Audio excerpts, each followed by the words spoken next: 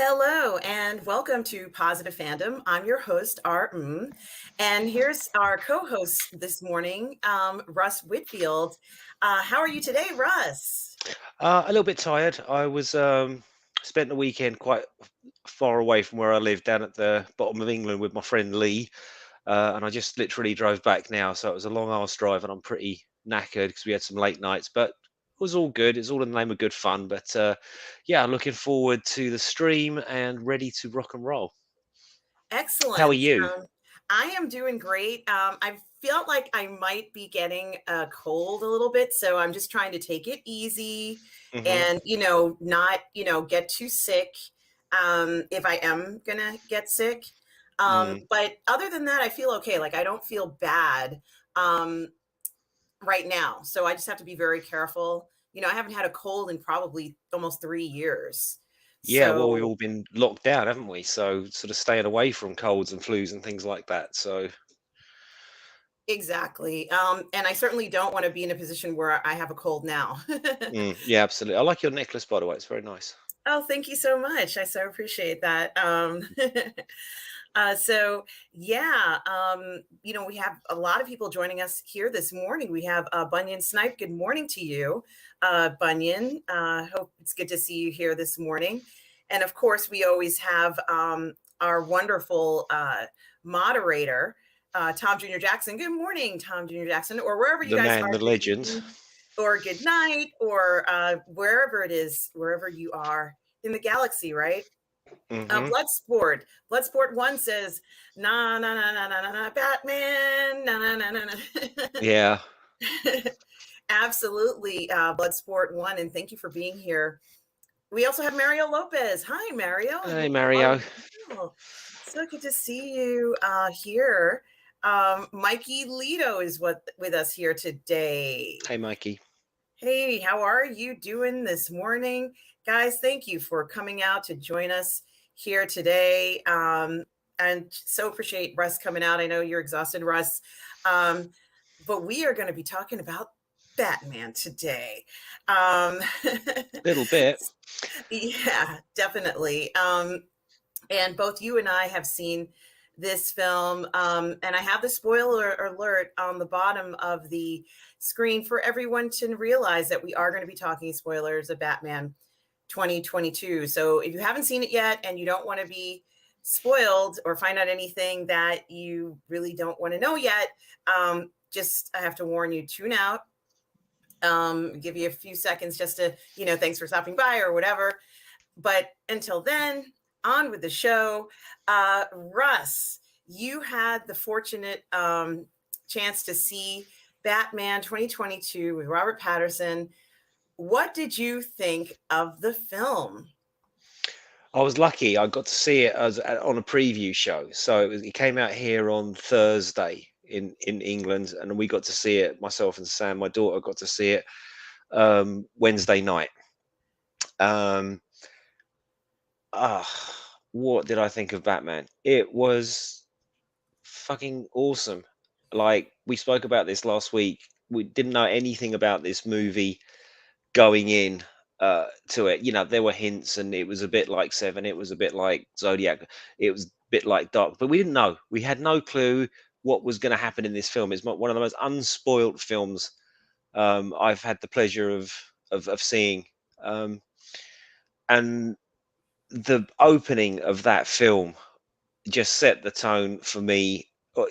It was so great the way he's doing this narration, and what I loved about it was the way it sort of got across how terrified people were of him, and all these crimes are going on, and he says, I can't be everywhere at once, but then again, they don't know where I am. You got the guy holding up the store, and he's shitting himself because he thinks Batman's coming. Batman doesn't. When Batman does arrive, it's brutal, and it was such a brutal movie in so many ways. And yeah, that whole opening sequence up until the point where he fights the Skull Gang, and the Asian guy that he says, "Please don't hurt me." And I just thought that just says all you need to know about how this guy operates.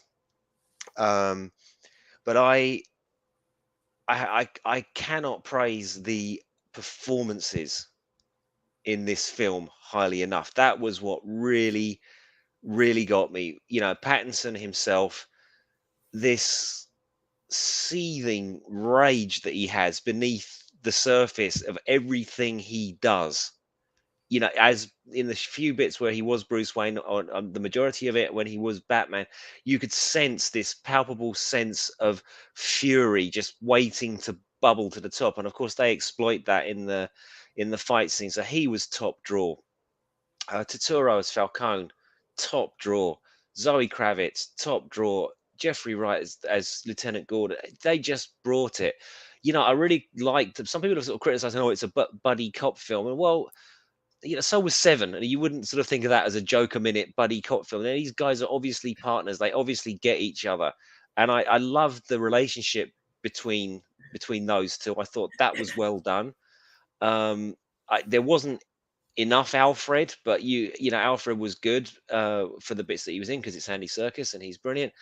And Zoe Kravitz is understated yet sexy feline performance. I don't think she's getting enough credit actually for her mannerisms and the way she sort of has this sort of sexy feline cattish movement, the way she sort of angles her head, and yeah, it was pitch perfect. I can't, you know, I've read a lot of stuff online going, you know, obviously it's not perfect, and I questioned one bloke. I said, well, what's not perfect about it? Where has this film gone wrong for you? Because for me it just nailed it.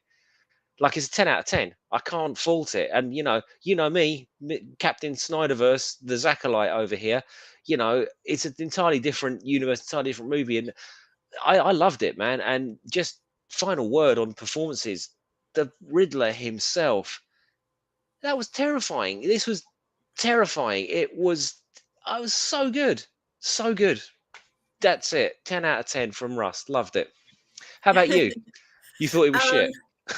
yeah, this is a good question, and I do want to say hello to some other very Sure. nice people who have joined us this morning. Mark Mitchell, hi, Mark Mitchell. Good morning to you, or good evening, or good night. And yes, I am tired from that long session last night with Robert. I am still Oh, tired, uh, but it's not going to stop me from coming to speak to you all for sure. And absolutely, what I was going to say is I loved it as well, Russ. And there's so much to talk about. You know, we don't have enough. We could talk about this film all day long. I was so mm, impressed with it, from production value to the music, to the cinematography, to the casting, to the story. I got emotional at a certain point of the film where tears were coming to my eyes from the payoff at the end of the film. And it really was amazing. And I have actually joked about this before, Russ, but honestly, if you take out the murder and the fighting, it felt like a typical night in New York to me, Russ.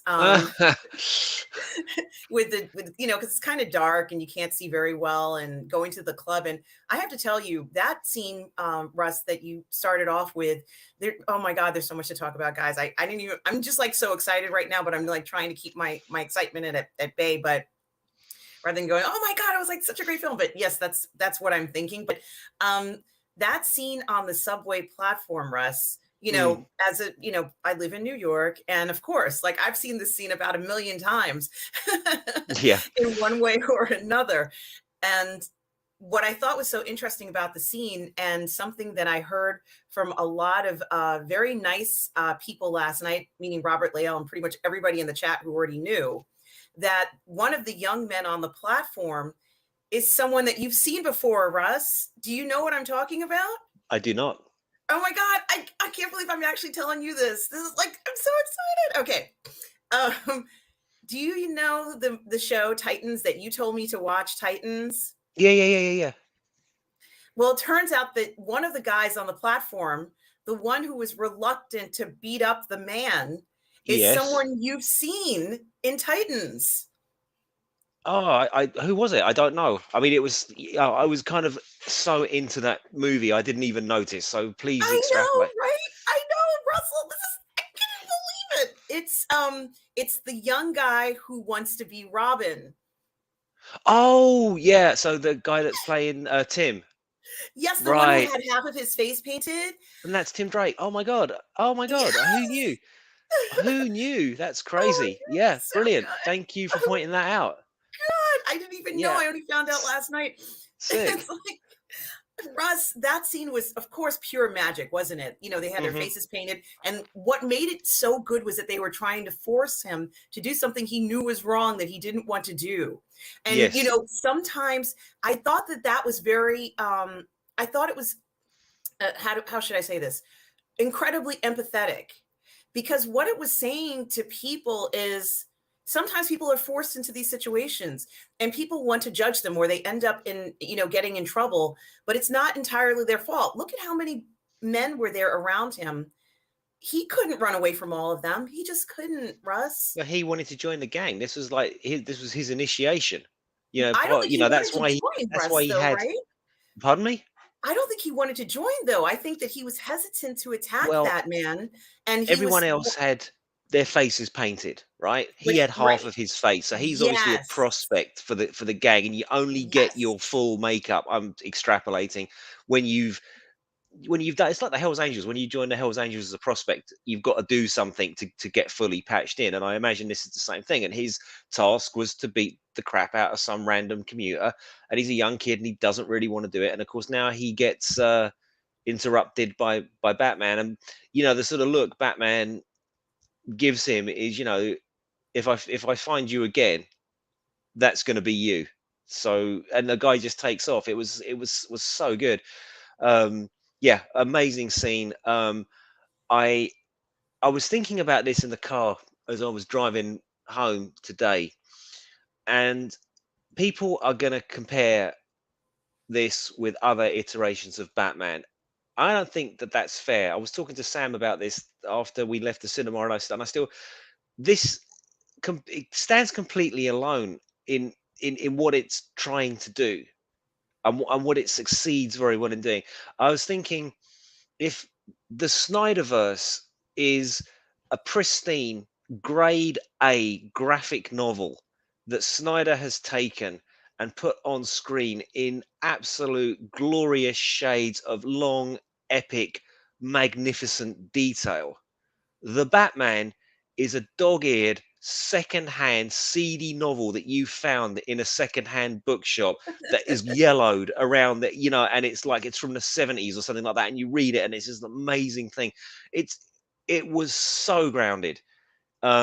You could almost believe that it was happening. And I guess Gotham's Brooklyn, because everybody had a Brooklyn accent, which I thought was really quite clever. It was just yeah, and they used what was it, Liverpool and Glasgow to portray the world's biggest shithole. So I don't know what that says about Liverpool and Glasgow, but I'm sure they're not as bad as they were portrayed in the film. Talking of which, Gotham itself was a character in that Yes, film, definitely. palpably.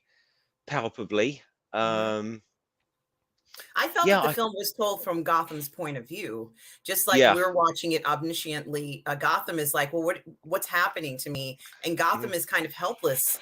That innocence of that character on the platform is the choice that everybody in Gotham has to make, right? Are mhm, you going to do the right thing or are you going to do the wrong thing? And you know, perhaps the gang was like that representation of that for everybody in the city. And so technically speaking, Batman didn't just save the man there, but he also saved that young man, mhm, the guy who was going to get beat up, as well as the one who had his face painted. yeah, And one thing that I thought was also very interesting was that since he's out in his costume, since Batman has his full regalia on, that man, even though he was saved by him, was still scared of him. And I yes. wonder if that feeling, and I think that that feeling would go away by the end of the film, because now people have seen him save other people and are like, I don't have to be afraid of this guy. Although, Russ, if I saw a man dressed in that full outfit on a subway platform, I personally would be scared. Mm. But that's the whole point of the character, isn't it? Criminals are a cowardly and superstitious lot. That's the line from the first ever Batman comic, I think. Um, Russ, there's so Yeah. much to talk about. I don't even know where to start. Like I feel like I have so much emotion and so many things that I want to say about this and hear what you have to say. And it's just like there was so much in this film, Russ. Mm, yeah. Yeah. I loved his whole arc, and the fact that they didn't sort of even refer to him as Batman, they called him Vengeance, and that was really the sort of point of it. And when it comes to the end of the movie, he makes the choice to sacrifice himself potentially to save the other people, and then you have this sort of like bookend voiceover when he's sort of saying, I'm wondering if I was making a difference, and it can't just be about vengeance; it has to be about hope as well. And that's what he sort of gave to people when he reached out, and it was of course the kid that he saw earlier on that reaches out to him, and he's the first one to take that step, which sort of transforms Batman from everyone being terrified of him to everyone sort of perhaps understanding what he is there and what he's trying to do. But how good was Robert Pattinson? How good were Oh the my fight God. scenes? And I also want to mention that there was another viewer last night when I was streaming with Robert and Mm. Lael who had said that he'd noticed that there was an incredible amount of women in the audience. I noticed it too. It's because we love Robert Patterson, okay? We love him. Yeah, of I course. said He's it. he's he's beautiful, isn't he? I mean, look at him. He's a movie star. He's incredibly gorgeous. Oh, he's Um, wonderful. and yeah, but he was seething in that movie, and he was, when he was Oh, talking about how this guy is sort of like completely detached from everything, he really sort of portrayed that, even in his sort of like, you know, personal relationship with Alfred, who's like the only person that he has close to him, and he treats him with, keeps him very much at arm's length, and is quite mean to him, um, on occasion. Like even when the guy wakes up from a coma, the first thing he does is challenge him, and then you have that moment of reconciliation where, he's sort of like, I could never be a father to you. I just taught you how to fight. I tried my best, kind of thing. But Bruce was unkind to Alfred much of the time, not because. I don't think not because he was just because he's a dick, but because he's so frazzled and so insular and so detached from reality, not even, or not reality, relationships, not even Alfred can bring him. It's only when he sees Zoe Kravitz, Selena, for the first time, you can see even behind his mask, that something, there is a man inside there, and this beautiful woman captures him. You can see it in that look as soon as she's in the iceberg lounge. Something about her. Um, well, she and can I, see, she doesn't see the suit. She can see the person inside the suit. That's why she makes that comment about, I wonder what's under there, you know. mm, She doesn't mm. see that suit. Like that suit doesn't even exist to her. Yes, but you see, the thing is, the chemistry between those two actors was real. You could feel it, And there's isn't there a rumor that they actually did go for it on the Batmobile or something? I don't know if that was actually true. If they did have a liaison in real life, but if they didn't, it certainly looked like they did, and it was a very, very, very well handled romance that at no point got over the top or silly. It was just, look, they fucking nailed it. They just nailed it. Everything was brilliant. Um, Well, the music. I'm gonna read. I'm sorry, Russ. Russ, you and I are not even close to scratching the surface of Uh-huh. this film, Russ. And guys, this is going to be a long broadcast, and it's going to be about the Batman. There are spoilers. I do just want to read some of you guys' comments. Sure, Um, yeah. Bloodsport1 says, "I think this is the first time we're discussing the Batman more than the villain. In other words, like as in Dark Knight. Maybe so. Maybe we have seen." The Batman more than we've ever seen him before in a film. Um, and Mario Lopez says he's finished a few minutes ago The Dark Knight and was watching The Dark Knight Rises and can tell that Anne Hathaway is also great. I have her 1/6 scale figure, and that is also amazing. And I've seen that figure, Mario, and it is amazing. It's an amazing looking figure. She's an amazing actress and certainly did enjoy those films. Mm. Um, Mikey Lito says, I love how everything universe. I'm not I quite think sure you what that might have got means. cut off there. I think you might have tapped return a little bit too early. Oh, yes, I do see he has a comment here. I love how everything universe was just a matter of fact. And he goes on to say, No explanation of bat signals, villains, the close relationship between Gordon and Batman. It was just taken for granted, and I loved it. Yes, no over explaining, right, Mikey Lito? We Yeah, didn't can I need just someone to take say, take that one as well? This yes, really you may. impressed me about this, Mikey, was the fact that this is. It seemed like I don't know how much Warner Brothers had to do with this because they seem to give this guy completely free reign, which they didn't give Snyder back in the day. But this guy seems to have just been given the red carpet's been rolled out, and it seems like the creative team or Matt Reeves himself, I suppose, is directly responsible for all of this, has actually listened to fans' concerns and listened to what people and learned from the mistakes and of other Batman movies. So everyone loves the Christian Bale movies, right? Because they're great and Christian Bale's good, but everyone goes, "Oh, he's got a silly voice," and they're not really about Batman. If Batman wasn't really in the film, it wouldn't make any. He's heard what we've said. And he said, okay, no silly voice. We're going to make the film about Batman. We're not going to make it an origin story. We don't need to see Thomas and Martha getting shot again. We know that that's happened. So even casuals that are going in know why Batman is Batman. I mean, you cannot fail to know that these days. And what I loved about how they handled the origin story of Batman was that long look to that little boy whose dad had just been killed. That was the origin story right there, just when he looked at him, because Batman is saying to that boy with his eyes, I know what you've been through. I loved it. Yeah. So I think, Mikey, the point being there, this is year two. Batman's been around a year. None of that stuff needs to be established because we, as the audience, the director writer is assuming that we know that, and he assumes correctly because everybody knows that. So yeah, top draw, absolutely, I agree 100%. Sorry, RM, I jumped in there, but I just want No, to pick up it's on that one. totally fine. I have a feeling we're going to be doing this all day, Russ, because there's so much to talk about. There's so much that we want to say. There's so much that we absolutely just have to, loud this film about because it just was so incredible. Mm. Um, and Keely Chow. I haven't said hello to Keely Chow yet this morning. Hi, Hello, Keely. Keely Chow. And Bunyan Snipe says, I went to school with Mark Mitchell. Oh, I don't. I went to school with Bobby Davro, but that's nowhere Oh, near as impressive. I haven't gone to school with anybody famous. And Bunyan Snipe clearly says it's Tim Tim Drake. Drake. Is he Thank British? I you. didn't know. Is he British, Bunyan? Must be. You're from England, aren't you? Isn't Bunyan He from is England? from England, Yeah. yes. But I don't know if Tim Drake is British. Maybe he is. If someone knows, please say so in the chat. Um, Mark, Mark, you must be this is Mark Mitchell. You're a soldier. I'm in England. It's 6:14 here. Going to see Batman tonight. Mark, great. This is a spoiler review, so if you don't want to be surprised too much, we understand if you leave the chat. I Mm. certainly don't want to ruin it for you. Chips Bewick.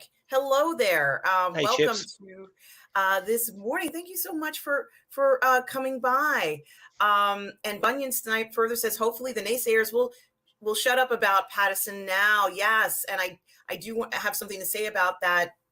For you ladies out there, if you liked the smoldering vampire, you will love the smoldering bat. Mm. So, it's kind of a connection and very ironic that the two have kind of the similar feel to them, Mm. at least for me. So, ladies, if you want to relive those incredible moments, go right ahead and watch this film. You will not be disappointed. Mikey Lito says, Jay Lucorgo, the actor who plays Tim Drake in Titans, is billed as train gang young member in the Batman. It'll be interesting to see if there's a connection between the two. And yes, Mikey Lito, Lael and Robert said that there was. I'm taking their word on it, and a bunch of other people. Let's see what happens. But Sorry. What? So are they hinting that there's a link between Titans and the Batman?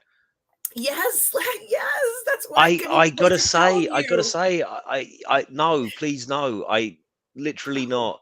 I think that this Batman is real world Batman, more so even than Christian Bale. I absolutely heard what Matt Reeves was saying. Now, this isn't a world where you can have Superman and the Flash. You can't. No, because This there's is no supernatural elements there's no here. supernatural thing. So, and Titans is very balls to the wall. I mean, it's got, they talk about, well, they've just come back from Paradise Island, which was the most unparadise place. It looked like kind of like a beach in Scotland in the winter. It was horrid, but there you go. But, I think, no, this universe needs to, this Batverse needs to stand on its own. The only connotation I could make if you were ever going to do a crossover was the only thing I could think of that would fit would be the Joker. Joaquin Phoenix would fit into that particular world, but not for me. I hope that it stands alone, stays alone, and they don't try and bring it into the multiverse. Leave that to the DC cinematic universe and just leave this alone. In fact, as much as I loved it, I'd be happy if they didn't make any more. There's a part of me that thinks, no, just bang, that was cinematic perfection right there. Let's not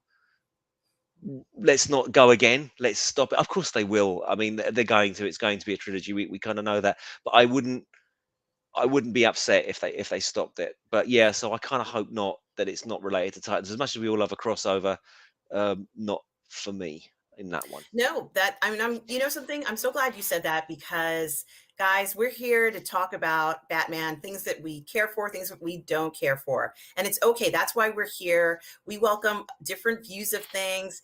If you liked something or disliked something, it's okay to say so here because we want to hear it all. Go on, get it all out. Let's talk it out, and just kind of enjoy everything here, and and keep a positive twist to it. Um, I was just so surprised that if that was the person, what an amazing connection they would have made. Mm. Also, I wanted to say that, I took my mom to see this film with me. And when I was in the theater, first of all, my mother guessed the ending. And her Okay. exact words to me were, "You didn't think he was going to let all those people die, did you?" And she Hmm. shamed me into me thinking that those people were just gonna die and he wasn't gonna do anything, or like there was no hope. She actually shamed me, and I said, "Yeah, maybe you're right. I guess I should have known that he would do something." And she's like, "Of course. Like, what is the point of even showing the scene? Like, he would have to do something." And I said to myself, I should have known that. But my mother guessed that that's what was going to happen because Hmm. of a comment that was made earlier in the film, and we'll get to that. But she also said that she thought the film was an independent art film. She says all these kind of like grays in it, and the shadiness and Mm. the odd camera angles, and she had said, and then the music. She says in a lot of art films they have like you know uh music that's kind of edgy and different. And I said, well, it was EDM. And she's like, I know you listen to EDM, but she says usually that's an edgier sounding type of music. It's not sort of like a gentle coaxing music that you have, at dinner time or anything like that. She's like, it was meant to express this edgy part of the film. So Mm. she thought that this was really, I can't convince her otherwise. She thinks it's an independent art film that was made, and she loved it. So I think it's very interesting that she thought that about the film. And perhaps there are some elements of it that fall into play, but I just had to share her thoughts about it because I was not even looking at the film that way. And then I thought, yeah, maybe it is. I think she Um, has a point, I think, Matt Reeves was allowed to do what he wanted to do. And he gave it there was only it only seemed to me to be one studio mandated line in that entire movie, which made it took me out of the movie. It took everybody in the cinema out of the movie. There were people behind me, and Sammy just went, at that one particular line. It was so annoying that it was in there. It was like, oh my god, why did you have to do that? There was no reason for that particular line. And we all know which line. Uh, yes, we do. And I'm not even going to say what it is, but let's just no, say it's a line it was that dumb. It was that just caused. dumb. Well, what I think is interesting is that, and I've discussed this with my mom and a bunch of different people, that in the end, the payoff is that the payoff negates anything that was said that was negative to Mm, him, whether his yes. parents were garbage, whether he was garbage, whether, he didn't know what he was doing. All the negative things that had happened to him and Gotham were completely negated when he jumps into the pool of water with that huge transformer electricity. I thought he was going to die, Russ. I thought he was Yeah. going to get killed. I was like, what is he doing? He's going to kill himself. But he dove in, Russ, putting his life on the line. And then when he extended out his arm, and we were talking about this last night, and people were afraid, that child, which I guess who he had saved before, knew him and reached out his hand. And then people followed his Mm, example. And I thought that that was so beautiful. I thought that was maybe the most incredible thing. And for me, and I did say this last night, so I'm repeating myself, but I think what it said was that, we have to work together. You're not alone. Gotham can only survive if we're all working together. And I just thought it was incredible. And it was such a beautiful moment of a film that had so many dark themes to it.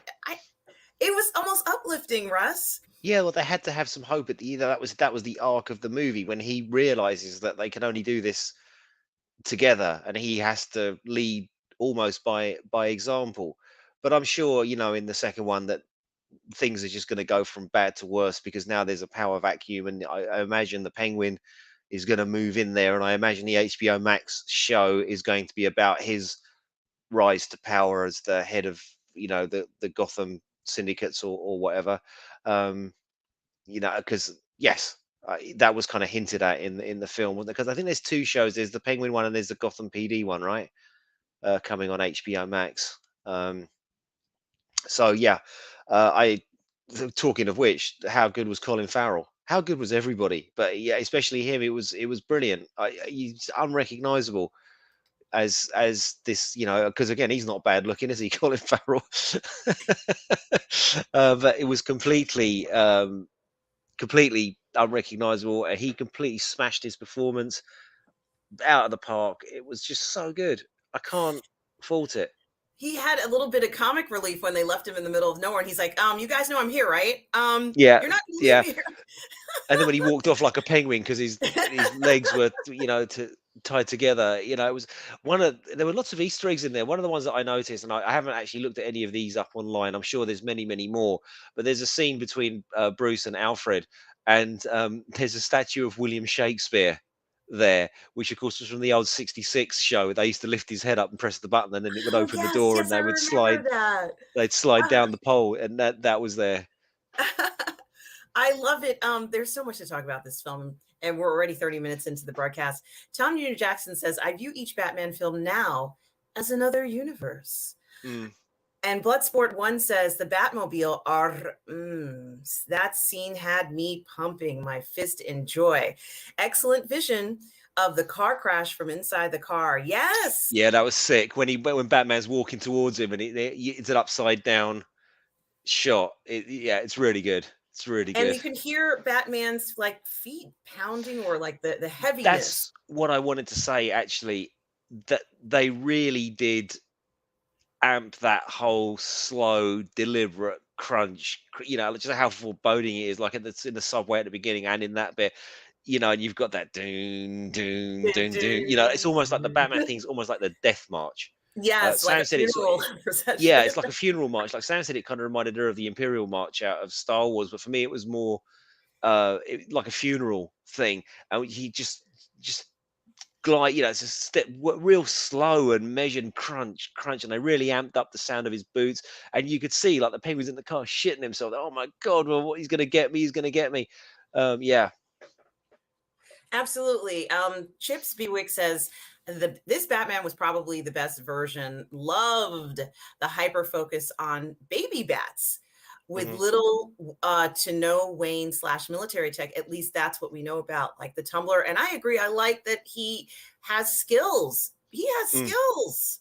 He Hmm. can and and Russ, I don't know if this is the same in the UK, but in the US, when I grew up as a teenager, just a few years ago, Yes. um, there Recently. were there were a ton. I remember being in high school, and there was always every single boy that I knew wanted to get their own car, and they saved up money for their car, but they couldn't afford a really fancy car. They ended up getting a car they could afford, and they put like a new engine in and a new transmission, and then they would like, have it repainted or do something, and that was their car. And they were so proud of this car because they Mm. had built it themselves, and they're like, oh, it's a great car, it just needs a new engine and transmission, essentially like half the car. But the point that I'm making is that pride in building stuff yourself, not that there's anything wrong with having something manufactured somewhere else by other experts, but I really like that idea that he has the skills to do things like that, build his own car. That is a tradition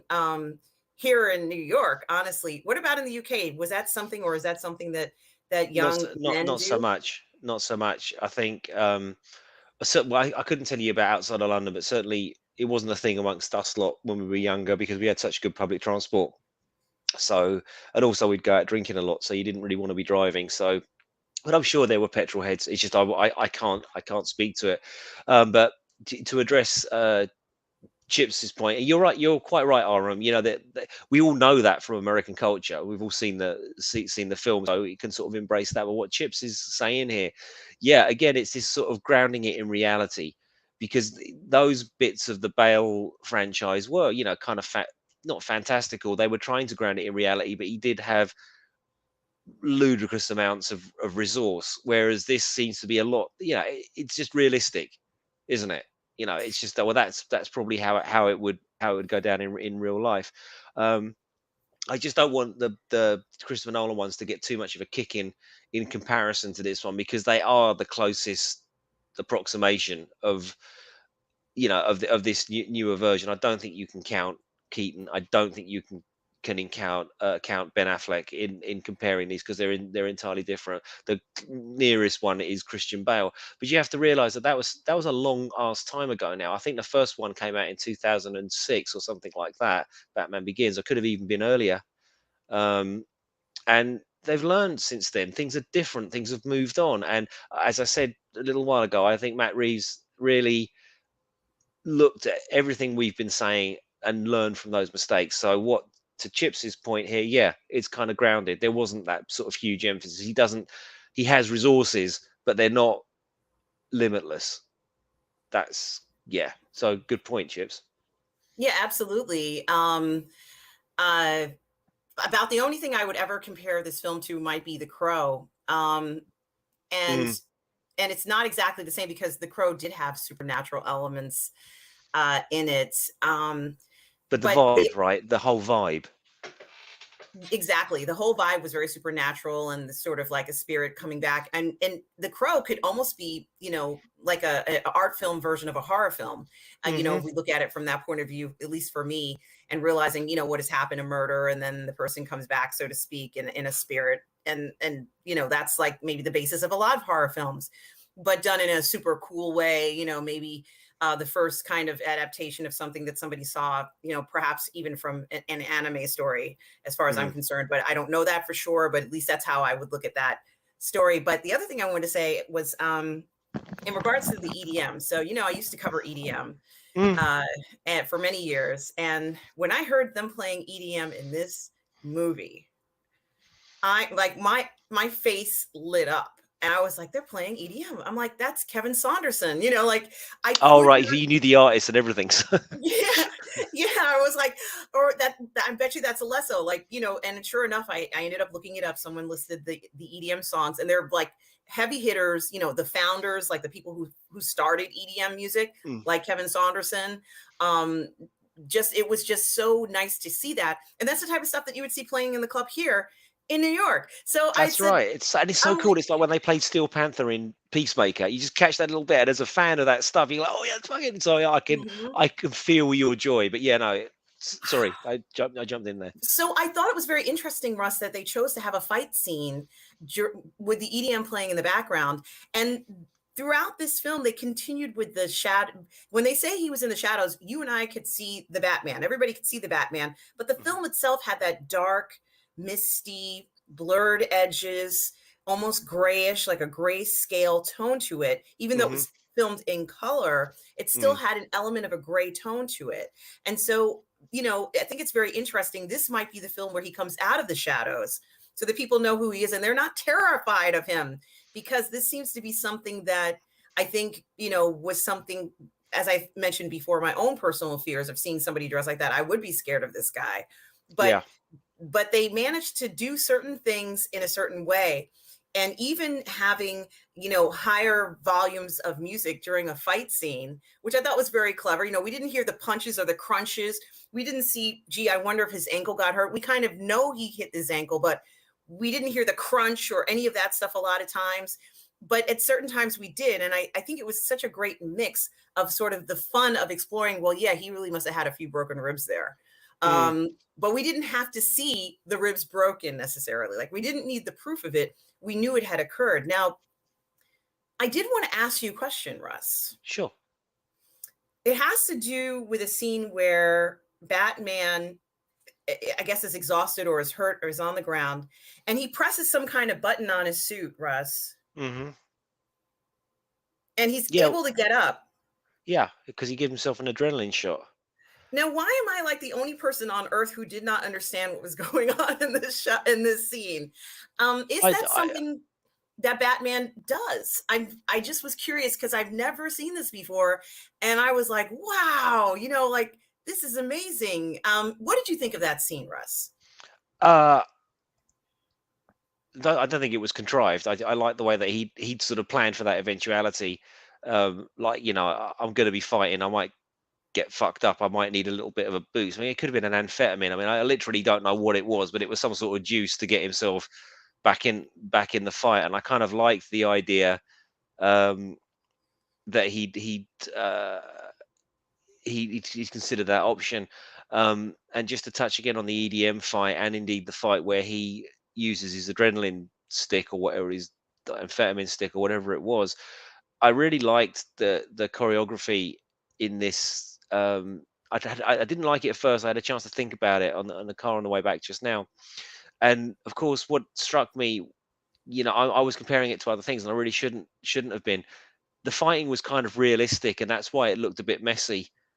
It wasn't hyper choreographed like, the gold standard of Batman fight scenes is the warehouse fight from Batman Superman Dawn of Justice. That's not going to be beaten for a while, but it is choreographed. It's a comic book fight, where Batman's flipping things and punching people and shooting people and all that. Absolutely top draw. This is kind of messy. This guy's obviously a skilled, I'm not even going to say a skilled martial artist, actually. It's more like Alfred was clearly SAS or something like that, and he's taught him to fight in that sort of military way with it's very functional fighting. It's not very flashy, and it gets messy, and they're wrestling, and he's getting punched, and he's falling over. Yeah, top draw. And the sound itself, the soundtrack, I should say, was almost like a weapon in that movie, and I really loved the idea. That they kept the dance music going all throughout that fight, because again, he seems to have adopted Gotham, as you pointed out, actually, and I didn't think about this. Gotham is the point of view we're getting. So it's kind of like you and I were standing in that club having a drink, looking down, and think, "Fuck, is that Batman? Look, he's kicking the shit out of the belt." And it kind of had that feeling of like, Mhm. we were standing there watching the fight. Oh my god, and they nailed it. They nailed it. It was brilliant. They really did. Omar94 says, I'm Oh, hey, glad man, everyone else liked the Batman. Hi, Omar94. And he says, why can't I read this? Um, I got it. If you can't get it, I've got it yes, here. can you please read it? I can't Sure, see the rest of absolutely, it. 100%. I'm glad everyone else liked the Batman. I found it just all right. It was way too long. It can clearly be an hour or so shorter. The first hour dragged to me, but picked up in the second hour. Can't agree with you there, Omar. I was in it. I was hooked from the opening narration to the last shot of that movie. I sat through the credits to see if there was going to be an end credits, actually. Um, I can't agree, but you know what? I mean, that's as Aaron was saying. It's about different viewpoints on here, and I guess I'm trying to see it from your point of view, and I just can't, because I'm so hyped about it still. But I take on board what you're saying. Yeah, there has been some criticism leveled at it being way too long. I could have sat through the 4 hour cut that he originally did. Apparently, I mean, Me but too. And I hope Matt we get Reeves it. said that this was his preferred cut, but I could have more. I could have more of this. And Omar94, thank you so much for joining us. We all know him from the PGS and those wonderful letters that he writes in practically every Yes. single day. Mm. And I think he has a vlog or a column on the Ver Network website. So please check more out of Omar's work. Thank you so much, Omar. We so appreciate your comments here. And Zachariah, 315 says, howdy, well, howdy to you. Um, and Chips BOX says, also, this Batman seems even more crazy and more cop like. I like it a lot. Yeah, he Tom seems Jr. he's like Jackson. he's gonna snap, isn't he? He's about to snap at any moment. This guy is gonna go. He's one bad day away, as they say, and um, Pattinson has portrayed that aspect of it, because that seems to have been the direction Reeves has pushed this in. He's one step away from completely going insane, and it's only through meeting Catwoman, Selena, that seems to give him some semblance of humanity. Some bit of his soul comes back, and he wants her to stay, right? And but he is that far away all the time, and you can feel it. You know, like at the end when he takes the adrenaline shot, and they have to drag him off the bloke because he's going to kill him. At this point, he's lost it. He's completely lost the plot. Was so good. It Tom really Junior was. Jackson says Pattinson was amazing as Batman. He found a way to shake off the sparkly vampire image. Yeah, he did and has done. I just think he hasn't done anything particularly that's been on our radar as nerds. I mean, he's done a lot of good cinema. Everyone talks about The Lighthouse, which I haven't actually seen. But apparently he's fantastic in that, and he's fantastic in everything that he does. I think he was on Broadway as well for a little bit. So the guy can obviously act, and and act brilliantly. So, yeah.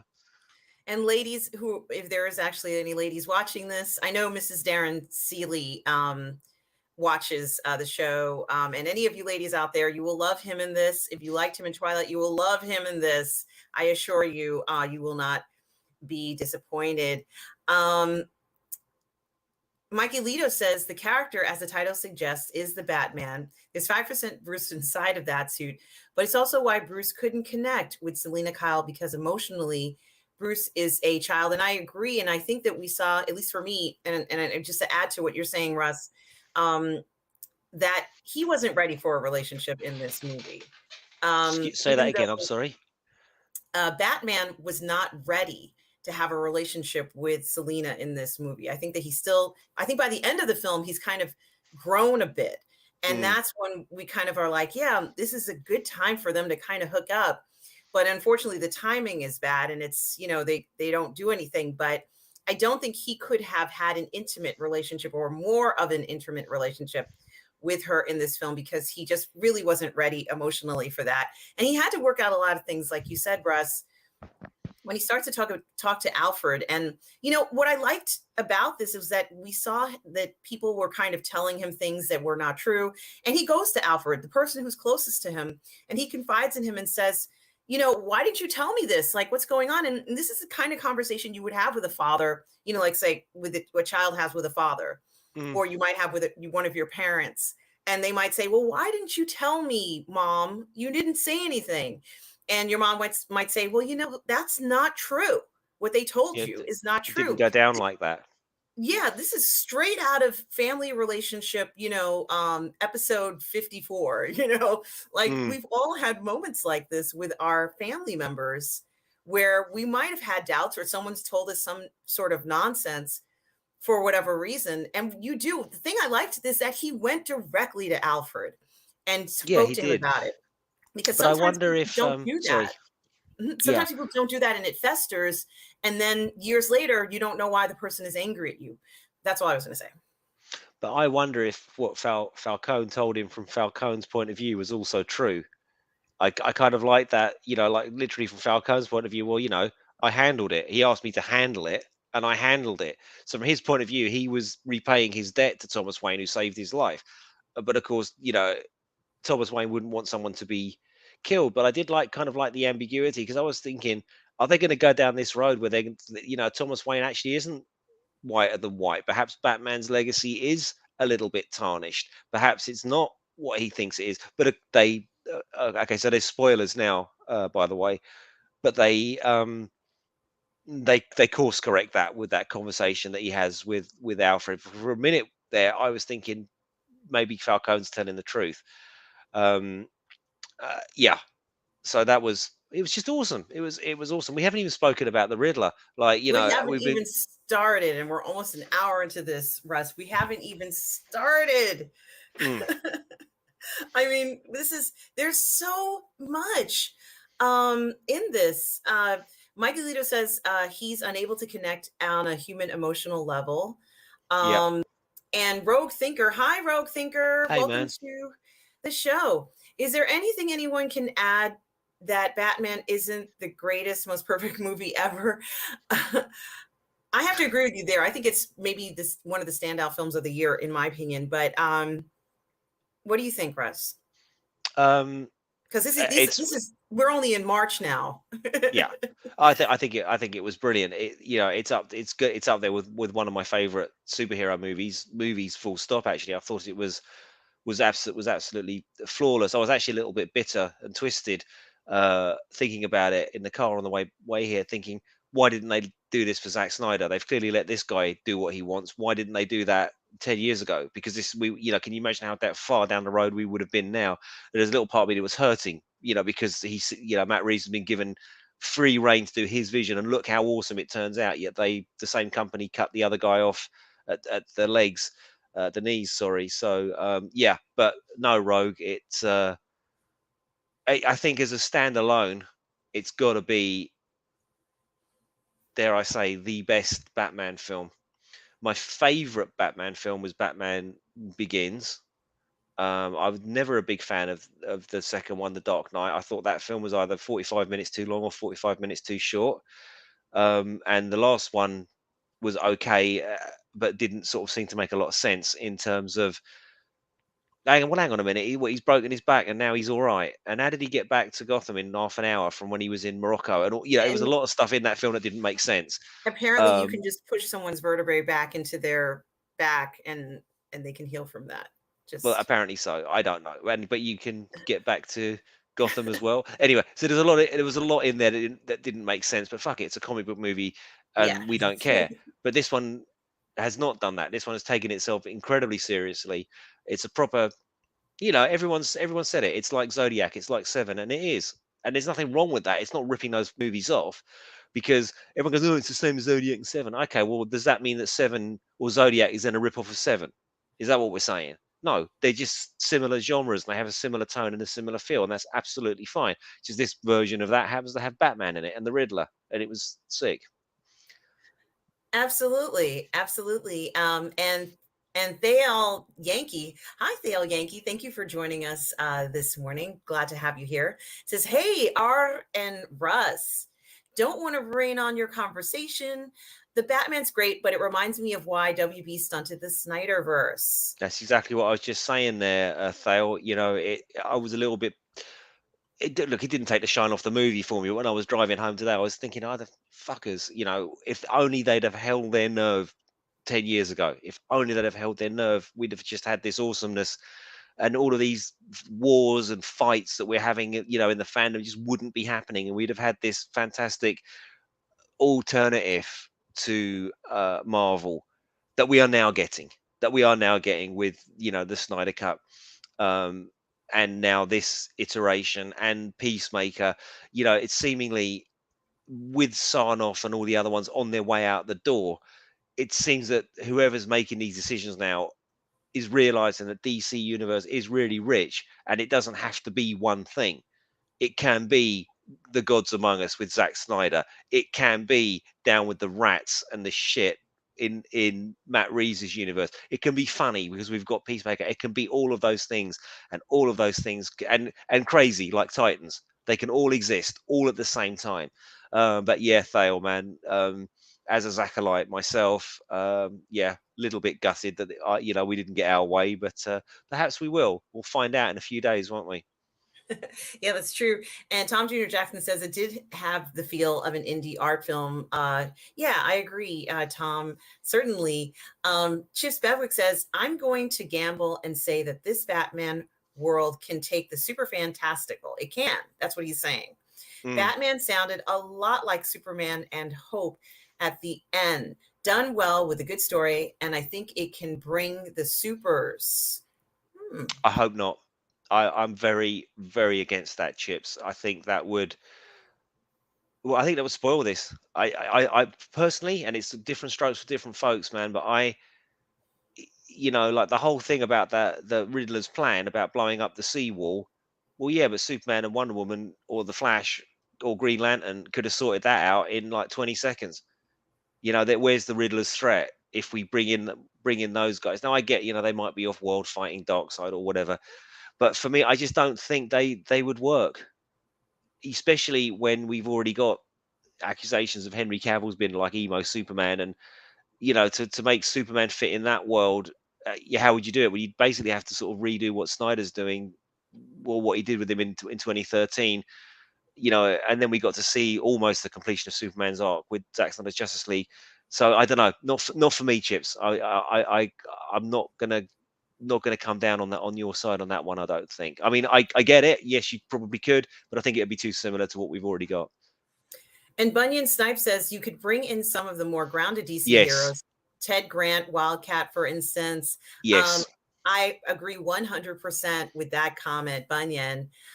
Thale Yankee says the Titans verse has an older Batman, and I don't think there's a link. Okay, I hope not, interesting. Thale. I hope not. And It seems like it's coincidence, hey. absolutely. Mikey Lito says he wonders if I watched Fresh. I have not, but I will watch it, Mikey Lito, and definitely get back to you. Rogue Thinker says real people who dress up in armor costumes are ridiculous, even if they are effective. Was Batman ridiculous? I don't know whether it's ridiculous, but no, I don't think so, but maybe you think it's ridiculous, which is okay. You don't care for it. I think that Batman's armor looked maybe as if he also made that himself. I could Mm. see him, like with a 3D printer, making every piece, and maybe over the course of a year, it took him a year to construct it. So I think that it's amazing to see that level that he could achieve if we are to believe, let's say in this particular version, that Well, he maybe we should qualify it. Yes, it's as grounded as a superhero story can be.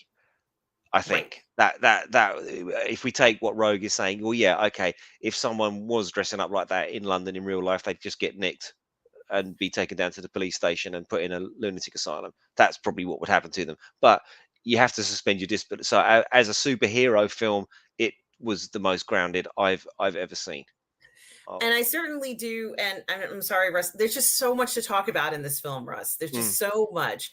Tom Jr. Jackson says the haunting theme for the Batman was so addictive. And I agree. Mike Alito emphasized how much of the score contributed to the film for him.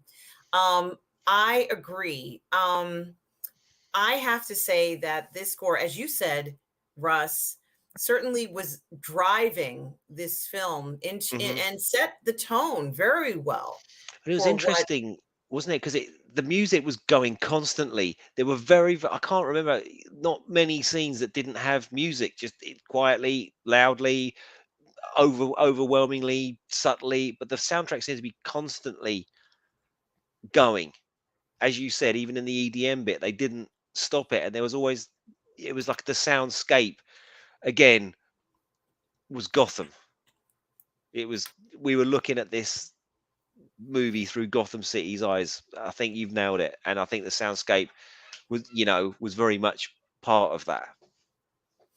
I also wanted to say that there were these like high pitched percussion sounds, like a drum that almost sounded like it was a Buddhist inspired drum Hmm in part of it, as the darker, like the dur dur dur dur, and then it would Yeah, it have was like brilliant. these chiming, like ding ding ding, like kind of chiming sounds, which I felt truly grabbed a lot of the energy that's in the film. Because I think another reason why I think they started with EDM in the beginning is because, and this may not be true, but I want to think the reason why they started off with EDM in the beginning is because EDM has a lot of energy in it, Hmm and it's pent up inside of you.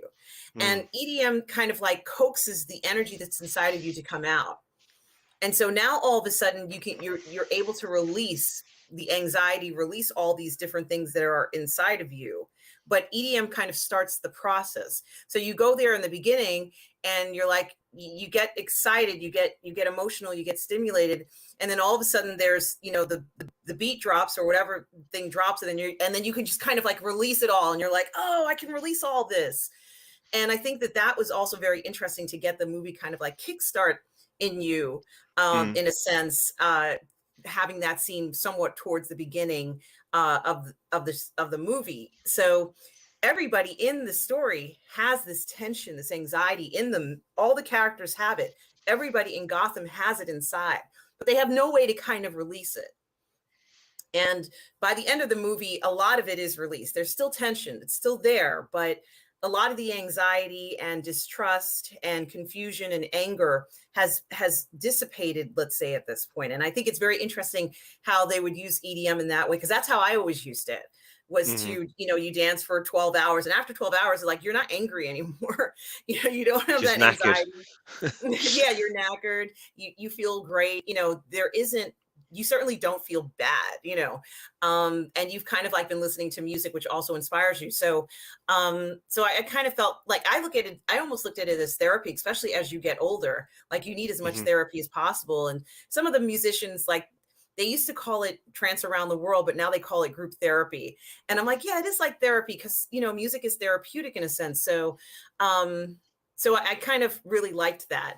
But I'm sorry because I love EDM, and like, if I could talk about EDM all day, I would, but I'm not going to do that to you guys because we're talking about this film. But I can't tell you how excited I was when I heard that, and I was like, "Mom, it has EDM." And my mother's like, "Oh yes, you love that music." Like, she's kind of Mm. like really nice about it, but she's had to endure so many years of listening to this music.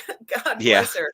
It's not sort of like gentle, soft stuff. I wasn't playing sort of like melodic trance or anything, but um, that score, which is simply out of this world. And Amazing. I listened to the score yesterday a few times, and just I can't even begin. Something, I didn't even have to watch the movie. I could just listen to the score and I got the feeling back of the film. I could see the scenes in my mind. It really was quite amazing, Russ.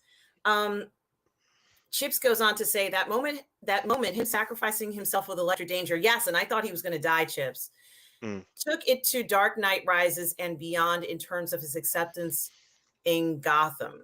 Well, what was interesting about that is at the end of the movie is the first time you see Batman in daylight. And I thought that was like very much like a sort of in proper full on in the dawn, in the daylight, in this sort of harsh white light after he'd done that. And it was almost like he descended from the underworld. In fact, he was leading the people out of the underworld. It reminded me of a panel in Frank Miller's book, The Dark Knight. The Return of the Dark Knight Returns, when Batman fakes his own death after his fight with Superman, and there's a scene with him uh, leading the sort of the new generation of Robins, and he's got holding a torch into the new Batcave, and it reminded me very much of that overhead shot of him carrying the torch. It just reminded me of the scene from Frank Miller. I think there's a lot of nods in there. I saw some owl references to the Court of Owls, and somebody says "hush," and I thought, oh, here we go. They're really dropping it in there. If you know, you know, kind of thing, and I love that. I absolutely love it when they did, like I said, the William Shakespeare head. And I said to Sam in the cinema, I said, "Fucking hell, I'll tell you about that afterwards." Yes, like all of that, all good. And Tom Jr. Jackson says all the shows are coming to HBO Max. Thank you, Tom, for letting us know. Mhm. This is like the moment in Darren Cook's New Frontier when Batman decides to stop being scary. Yeah, isn't that to do with Robin?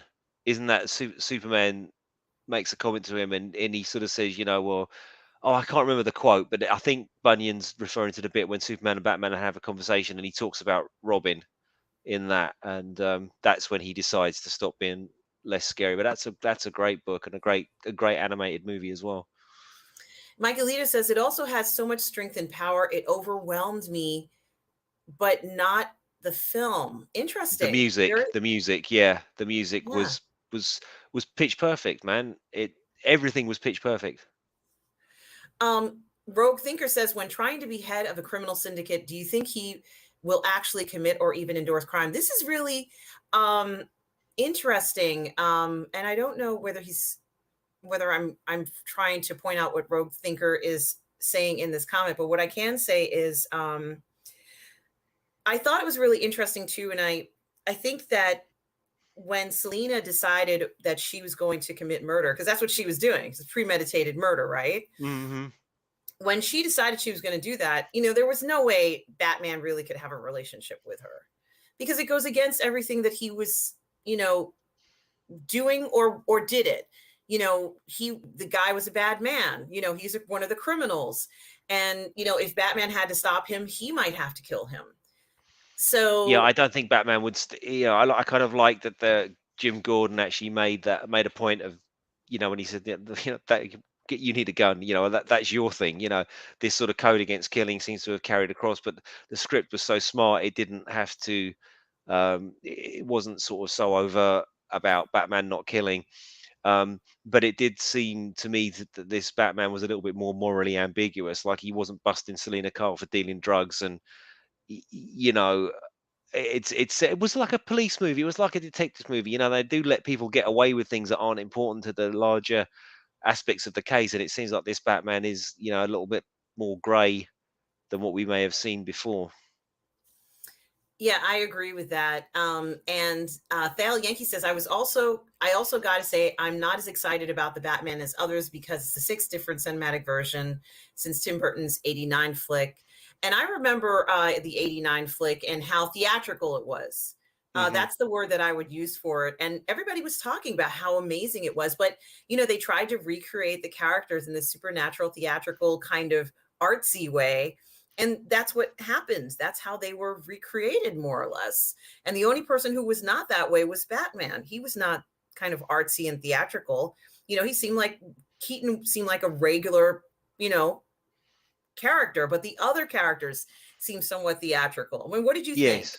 Yeah, yeah. I mean, I I thought that I wasn't a huge fan of those Burton movies. I thought they were, you can appreciate them, but I wasn't a huge fan. I wasn't hugely into them. I did like the bat suit though. I thought that was good. Um, I thought the first one was a little bit silly. I didn't like Jack Nicholson as the Joker. Everyone was sort of raving about it, and I just thought he phoned it in. But you know what? I'm in a minority, and that's just my opinion. Okay, it's probably a wrong opinion, but I just didn't. I much preferred the second one with Danny DeVito, Michelle Pfeiffer, and Christopher Walken. I thought that was, the madness in that one was handled much better. I didn't really gel with the first one so much. Yeah, and to be honest with you, Russ, that first film got so much fanfare just because it was made, just because they pulled it off. You Mm, know, I think that that film historically is always going to be significant because of what it was able to do um, with people even just taking it seriously. That might have been, one of the films where I'm sure once it came across the studio person, they said, "Do we really have to make a story about this?" Now they wouldn't hesitate, but at that time, I have a feeling that there was a lot of pushback from them in the idea of investing in this, and it was a huge success with the Prince hype writing this. was real, though, wasn't it? I mean, It, you remember you couldn't get away from it at the time. I remember in 1989. yeah, It was everywhere on every TV show here in the UK. They were talking about it, posters everywhere, all on the tube. Batman, Batman, Batman. Everywhere you looked, I mean, they must have spent like 5 times the budget of the film on the marketing because it was. Okay, well, I guess the film had to deliver, and it did at the time.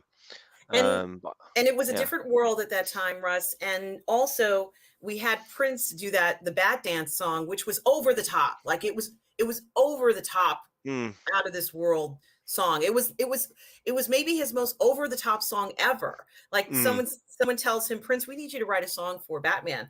And Prince is like, "Sure," but they didn't realize this guy is an auteur. Like he's like a showman.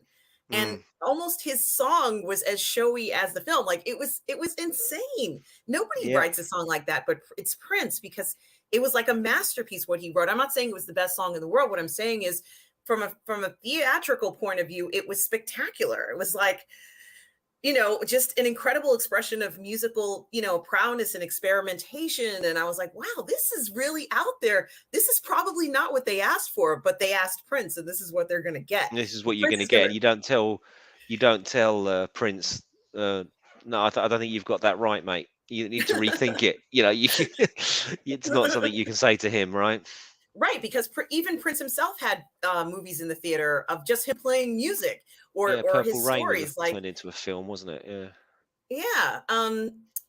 Mike Alito says, "Hey Tom, I asked Rob this question. Did you get to live and die in LA vibes feels during the chase sequence in the film?" I don't know. Tom's going to have to answer that one himself. All right. Darth Plato says, "Hail chat." Hi, Darth Plato. Hi, man. And let's see. Um, Tom Jr. Jackson does respond by saying, "Yes, I did, and that car chase was brilliant." I thought he was addressing it to you, Russ. So I was kind of mistaken with that, but No. okay. And Thale Yankee says, at the same time, I appreciate Batman because it's obvious Matt Reeves cares. The mood and attention to detail is exquisite. Now, the other thing that I wanted to say, Russ, is in regards to the villains, and like at the end of the film, obviously there's first of all there's a lot of interaction between Batman and the main villain in these Mm, notes. So he's giving these notes, and it mm, says, to the Batman, and it's like, obviously, okay, there's no question, we know what that is. And I had made a point of saying that if the note says to the Batman, since he doesn't want to identify who he is, he has to show up as the Batman, like to the yeah, precinct. He has to be there in the suit, or else how is he going to justify showing up as Bruce Wayne and grabbing the note that says to the Batman? And he actually kind of does do that once at the funeral scene, yeah, where he grabs the note. And I'm thinking to myself, people were saying that obviously the villain would know that it was Bruce Wayne because he took the note. But I'm not quite sure whether that is entirely clear. And I think that no one knows except for maybe Selena that he is Bruce Wayne. did But she know? Did she know? I have a feeling she does know, but we don't know for sure. We truly do not know for No, sure. I don't think anybody knows. The only person I thought I like the way that they did a sort of red herring where Batman is in the cell and Riddler's acute, just keeps shouting Bruce Wayne, and Batman thinks, "Fuck, I've been busted." You can see it in his face because he's not looking at him the whole time, waiting for the reveal, and then it doesn't come, and like Batman sort of looks up and goes, "Oh fuck, he doesn't know I'm Bruce Wayne." Oh, that's great. Um, the only person I think did know he was uh, Bruce Wayne was actually Falcone. Um, and that's it. That's a complete fan theory, right? But he Falcone says to him, "I remember you when you were a boy. I remember I was lying on that table, you nearly dying, looking up at you, looking down at me from the stairs. I remember your eyes," or something like that. And then when Falcone gets shot, he looks up and Batman's looking down at him, and it almost seems like in that moment Falcone thought, "Oh fuck," and then he dies. But that's a fan theory. But I don't think that the Riddler knew. No, I don't think he knew at all. And I think we were hoodwinked into thinking that he did, and then he reveals that he isn't Hmm. Interesting. or doesn't. Um, Sorry. sure. Gremlinton. Hello, Gremlinton. Thank you for joining us. Says Hey man. hi. And Tom Jr. Jackson was talking about the Joker. That end scene where the Riddler is locked in prison, in Arkham prison, which I'm assuming it is, Mm, right next to him, or at least close by to him, we can hear the Joker, or at least imply that it's the Joker. And mm. a lot of people have been saying, well, okay, we have had a lot of, Joker already or whatever.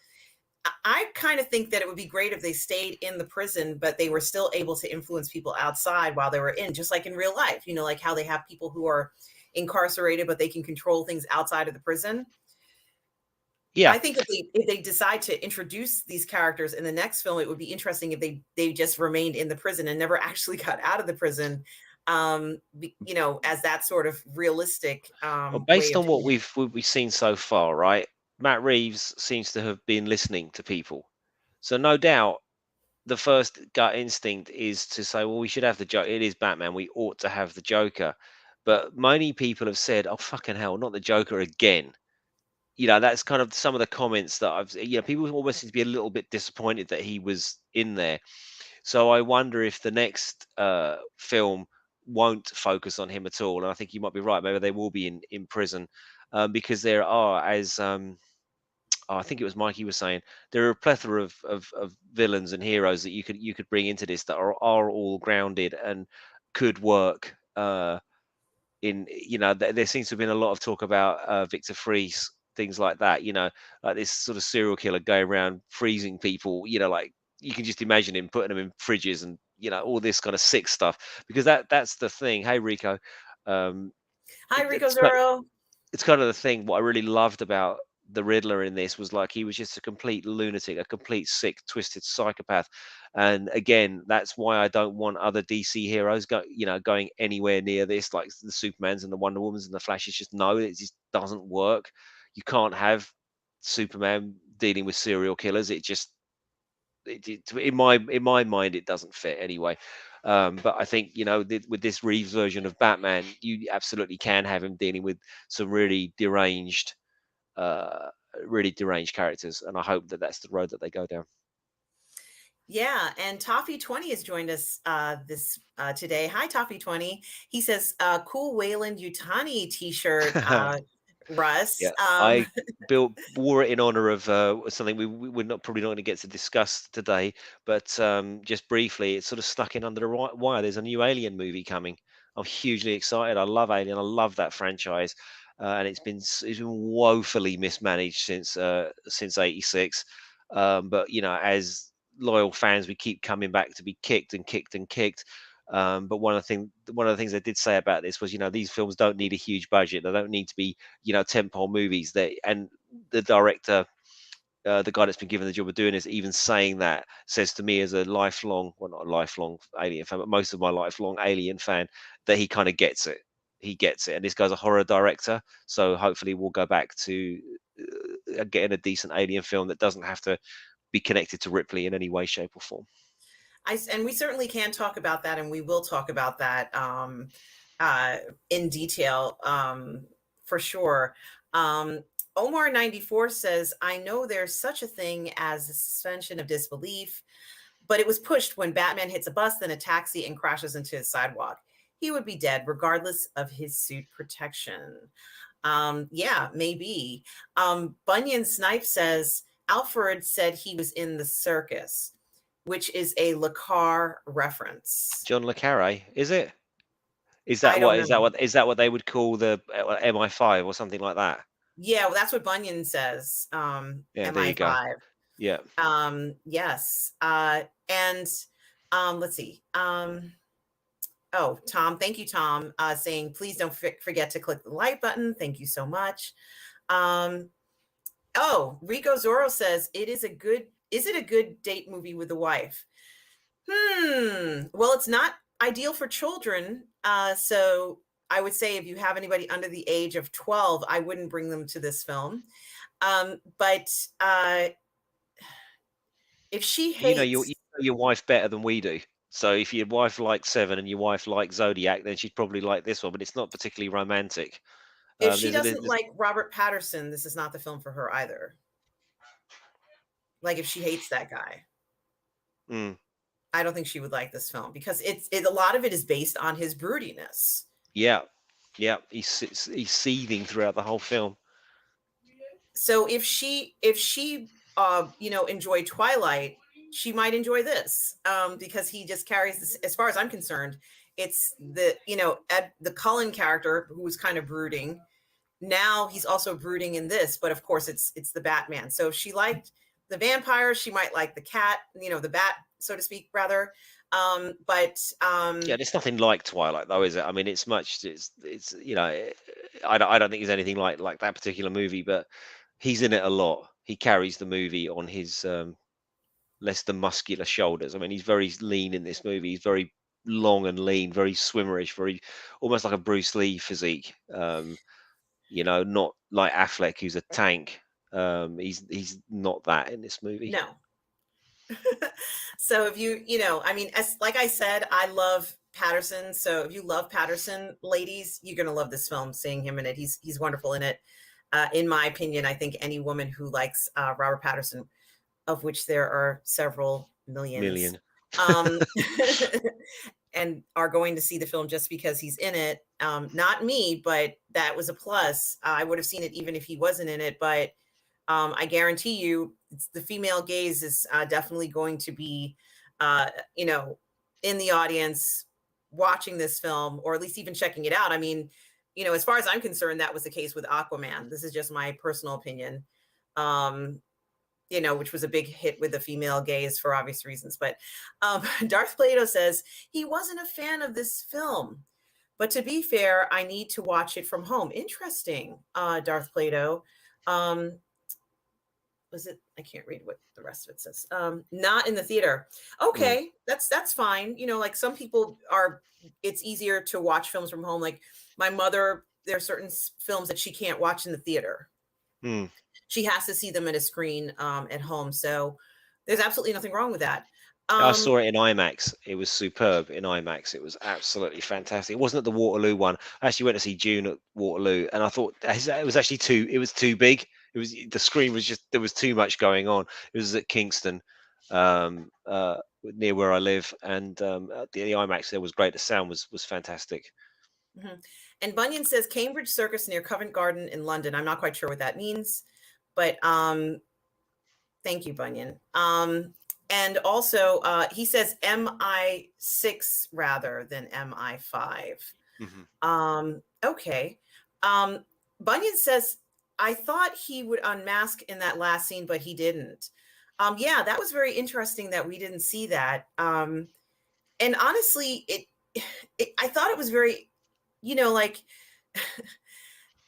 he didn't feel like he changed when he put the suit on. It was like it was the same person. For example, when as far as I'm concerned, in the Dark Knight Rises, like in that bunch of movies, he seemed to change when he put the suit on. Even his voice was different. Yeah, but Like he in this version, Bruce Wayne is a complete recluse. Like he doesn't go anywhere. Like it's to see him in public is so rare. So why would he have to change? Because actually, Bruce Wayne doesn't exist. Only Batman exists, right? He has only one personality, and that personality is Batman. Um, And Toffee20 says, I thought Pattison was captivating. Me too. Movie on the whole fell short, ripped off Seven stylistically, which just reminded me how masterful Fincher's movie is in comparison. Yeah, well, maybe there for certain that he was, or they might have been inspired by that story. I certainly can't say no. And I have to give them an A for effort for what they've done. But it's an interesting point of view, Toffee20, and thank you for sharing that with us. Darth Plato says, was Selena ready? She was the one who actually tried to kill someone and not just someone. Yes, maybe she wasn't ready either. And she was in another relationship I think with this her refers to girlfriend. the unmasking thing, and I think Oh, why would Batman unmask himself to someone he barely knows? It's kind of like I kind of like that he didn't, because he is just starting to be a symbol of hope, if you like, or something less than a nightmare creature. But for him to sort of suddenly have a complete 180 in terms of his personality in this type of movie might not have worked. So, again, I thought it was pitch perfect. I thought they nailed it. I just thought they nailed it. I can't criticize it at all. Bloodsport 1 says, Academy Award winner, I smell Oscar next year. They definitely are going to be nominated for Best Original Score. Yeah, yeah, 100%. Absolutely, for that part, at least I think, for this one as well. Let's see. Oh, okay. Someone is asking me a question. Are you a fan of slasher flicks? The Batman is what if Batman meets Joe Spinell, aka Maniac? Um, it depends on the slasher flick. If yeah, I am a fan of it. If there's a fantastic story behind it, sure. Um, so yes, I guess the answer to that would be yes, I am a fan. What about you, Russ? Are you a fan of I slasher don't flicks? mind them, but every time I think of Joe, I can't think of Joe Spinell as anybody else other than Garzo, Rocky's sort of like employer. Every time I see him, I just think, oh, it's Rocky's employer. When Rocky was the loan shark from the first two movies. But yeah, Spinell's, and that's bad of me because Spinell's a fantastic actor, and Maniac is a really weird film. I think it's very very early 80s or late 70s. I've certainly seen it, and he goes running through the hotel and running through the streets of New York, which apparently they did for real, and it freaked a lot of people out. Yeah, exactly. And Thale Yankee says, I got Watchmen vibes when watching the Batman. I did, but the Watchmen had the element of the supernatural in it, and that was the biggest difference.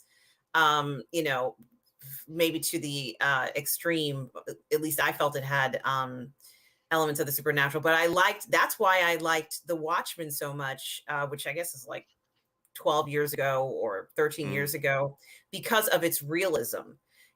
these imperfect, superheroes, and the grittiness of it. But that was a much brighter looking, just artistically speaking, it didn't have the grays and the darkness to it that this film had. No. Um, so, Have you seen but the ultimate yes, cut of The Watchmen? I have not Have seen the ultimate cut of The Oh, the Watchmen. ultimate cut is so good. It's actually got Tales of the Black Freighter cut back into the movie. I think it's like 4 hours long. Yeah, it's a proper Snyder indulgo fest, which we Zachalites tend to enjoy. So the more the better. And the ultimate cut is so indulgent. It's like a chocolate dessert of a movie. If you're a Snyder fan, it's just got everything. I loved it. Yeah, absolutely. And Chips goes on to say, I did not mind the bulletproof suit. It wasn't bulletproof, though, because it makes sense with bats as vengeance against guns. But the guns stopped him in the third act, hence the adrenaline shots. Yeah, we did see those adrenaline shots, and I was quite surprised to kind of see that sort of stuff. Um, and thank you, Bloodsport, for the EDM comment. Um, Bloodsport wants to know what club you went to in New York City. So, like, I'd say for the past 20 years, I've pretty much been to all of them, but not just clubs in New York. Right now, Brooklyn is kind of like the leader in electronic dance music here. So most of them are located in Brooklyn, but there are some in Manhattan and some of the other boroughs in Queens and the Bronx. But international electronic dance music festivals or EDMFs, I've also attended. So everything across the United States and internationally too. So, but I would go to the Brooklyn Mirage if you're going to ask for one. I'm actually looking at a show right now. There's a show, and I'm sorry to digress, but he asked. There's a show for Cascade, who's going to be playing an early show that's 1 p.m. to 8 p.m. And I'm thinking of going to that show. But he also has another show that same night that starts at 10 and ends at 3 a.m. So yeah, so the Brooklyn Mirage would be the ones that I would go to.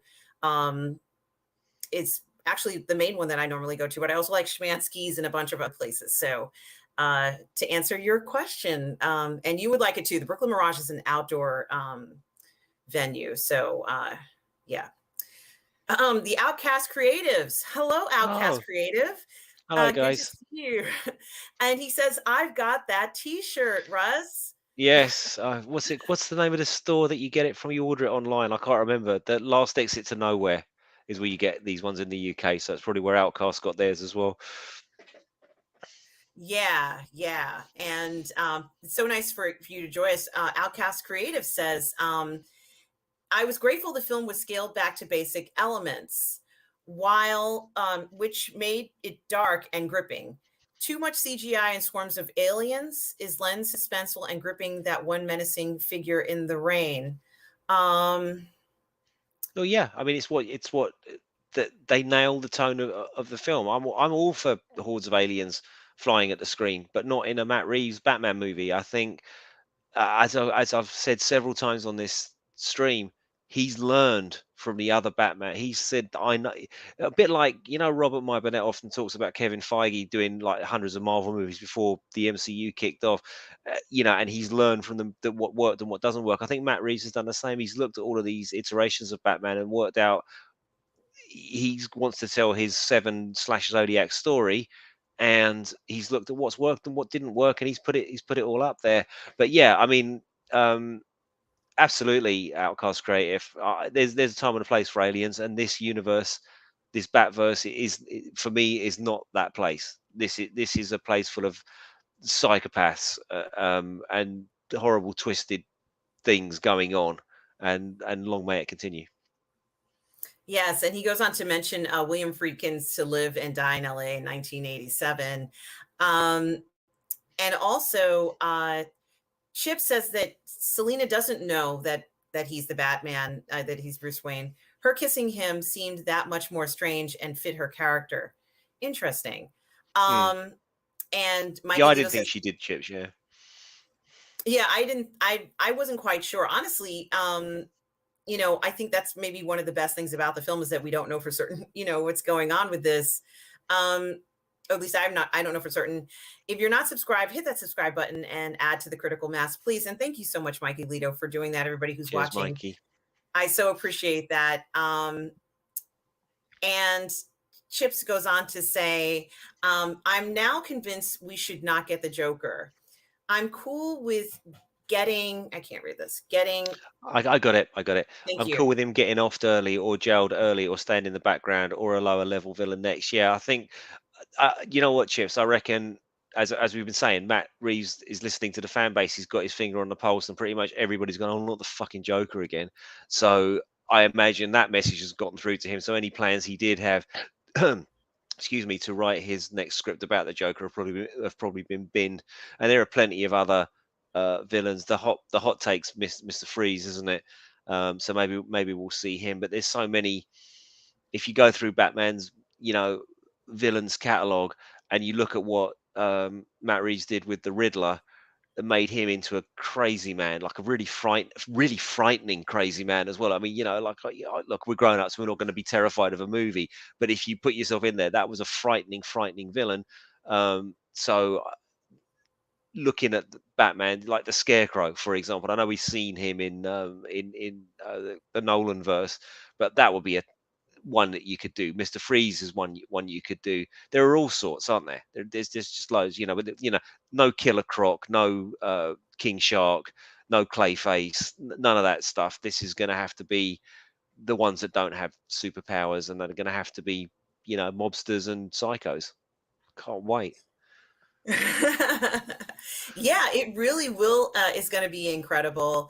Um, so, um, so with that being said, do you have any last comments that you would like to make about the Batman movie, Russ? And meaning, go ahead and make your final comments. But if something comes up later on as we're talking about aliens, you can certainly go ahead and make the comment as well.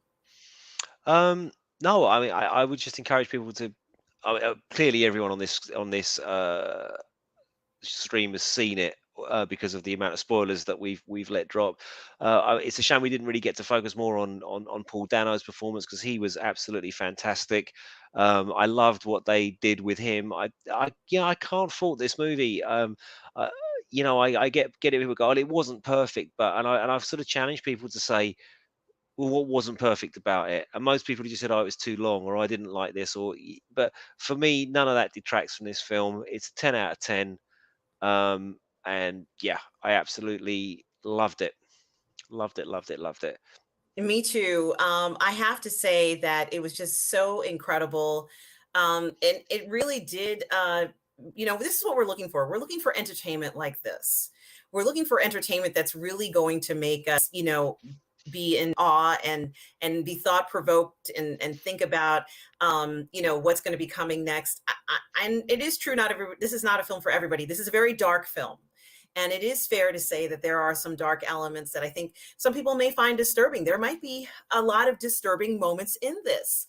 And it's perfectly understandable that if this is not your impression of how, this universe should be, this may not be for you.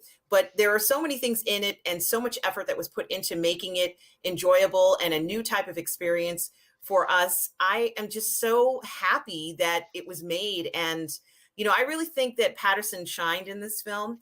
I think Mm. that it's not easy to act inside that suit. And, he had to be in it a lot.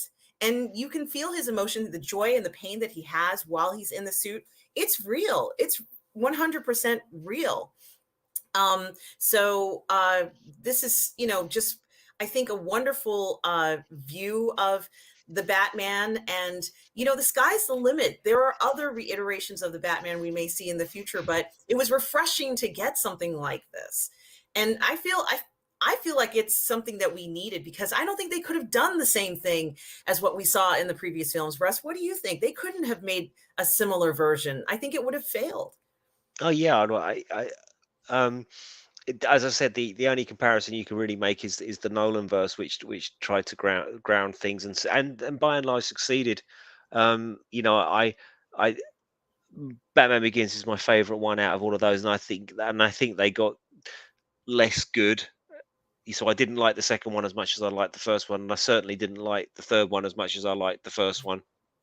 Um, but that's not to say they weren't all brilliant movies. I mean, those films were great, and this one invites comparison to those. But yeah, I think for a film made in 2022, having learned from the mistakes of others that have gone before, he's put that together and he's executed his auteurist vision w- to absolute perfection. And yeah, I know we're going to get more, but as I said, I wouldn't be disappointed if they just did a one and done.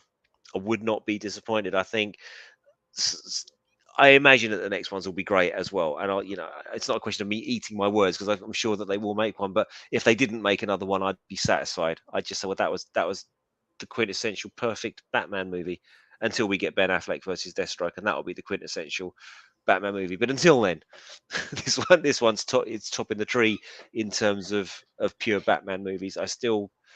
I'm always going to prefer the Snyderverse. You know that I'm biased, but as a standalone Batman film, I think this is the best one. It's got everything going for it in terms of technology, in terms of having learned from the mistakes of the past, as I keep saying. So yeah, it succeeded on every single level. 10 out of 10. Absolutely. And I think in regards to rewatchability, I don't always do this, but I actually listened to the soundtrack yesterday Hmm. a few times Hmm. because I just enjoyed it. I enjoyed the drama that's wrapped up in the soundtrack and how important it is. And it made me want to actually, I'm not that I'm going to go ahead and play it on a piano, but it made me want to get behind a piano and on some piano keys and try and play it, Mm. which I haven't wanted to do since maybe Friday the 13th with that theme, like the it maybe not 13th, but Yeah. yeah, like everybody wanted to do that and play that theme. And I feel this way about this one. But good morning to you, Harvey Fong. Thank you for Hey, joining us Harvey. today. And Mike Alito says, yes, it's an adult. It is an adult film. And I think that's fine. And if it keeps getting more adult, I'm fine with that too. And, Epstein's ghost is also here. Hello, Epstein's ghost. Okay, second best name on the stream. Absolutely. And Outcast Creative is telling him where he's originally from Kingston I'm in upon Ham. Thames. I'm in Ham, so not far from there at all. I think it's not options anymore, though, is it? It's called something else now. But now they've got the whole. It's like the Kingston Rotunda now, so it's got like Pizza Express in there and a cinema at the top. And I can't remember the name of the nightclub, but I think the club is. I think it might still be there. Bacchus is still there though. It was still there. I walked past it pissed last year, and my mate Lee's going, "Yeah, let's go to Bacchus." I'm like, "Fuck, I'm not going into." But he ended up going to Bacchus, and it's still as shit as it was 20 years ago. The ultimate Yeah. cut, what BVS? Ultimate cut of BVS or Uh, Watchmen. Anyway, well, they're both brilliant. They're both brilliant. Absolutely. And so I was going to say, I definitely want to talk a little bit um, about the new Alien film coming up. Now, I haven't read or seen anything about it, so I know nothing about it. Is it going to be a Ridley Scott movie? Do you No. know? Do we know? Yes and no. Yes and no. Okay. Okay. Um, so apparently, oh god, and the director's surname has gone out of my mind. Chat, please help me out. I think it's Fede Martinez, and he's done a couple. He did the reboot of Evil Dead, and he's a horror director. But apparently, he was talking to Ridley Scott at a party a number of years ago, and sort of pitched an idea about Alien. He said, "Well, I'd do that." And apparently, Ridley Scott called him up recently and said, "Are you still into doing that idea? Because I want to get a movie produced for Alien." And Fede's like, "Fuck yes!" And that's essentially how this has happened. We're pretty light on details at the moment. I forget which outlet it came out of because I say because I was down in Lynmouth this weekend, so I was with my mate Lee, so I just kind of just caught the news at the tail end.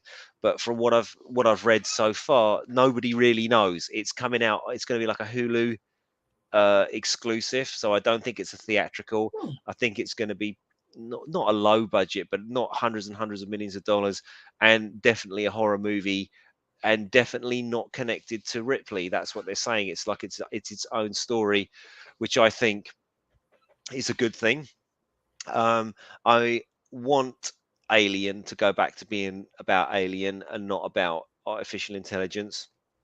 Um, I just think Prometheus, while a great, not even a great film, while it looks great, but Prometheus didn't work for me because the astronauts, supposedly our best and brightest, were just so stupid, and I, it's a bit like Dark Knight Rises actually, and um, Critical Drinker sort of comments on this a lot.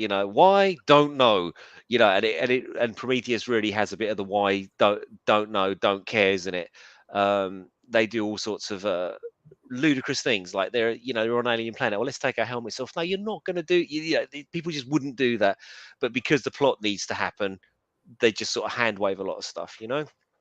Um, No, that's a good point, and I'm sorry, Russ. Latino Slant, hi, Polly, Hello, is Paulie. here, and he says, speaking of potential Oscars for this film, Greg Fraser, the cinematographer, is now up for one for Dune. He did Rogue One as well. Outstanding look of the Batman.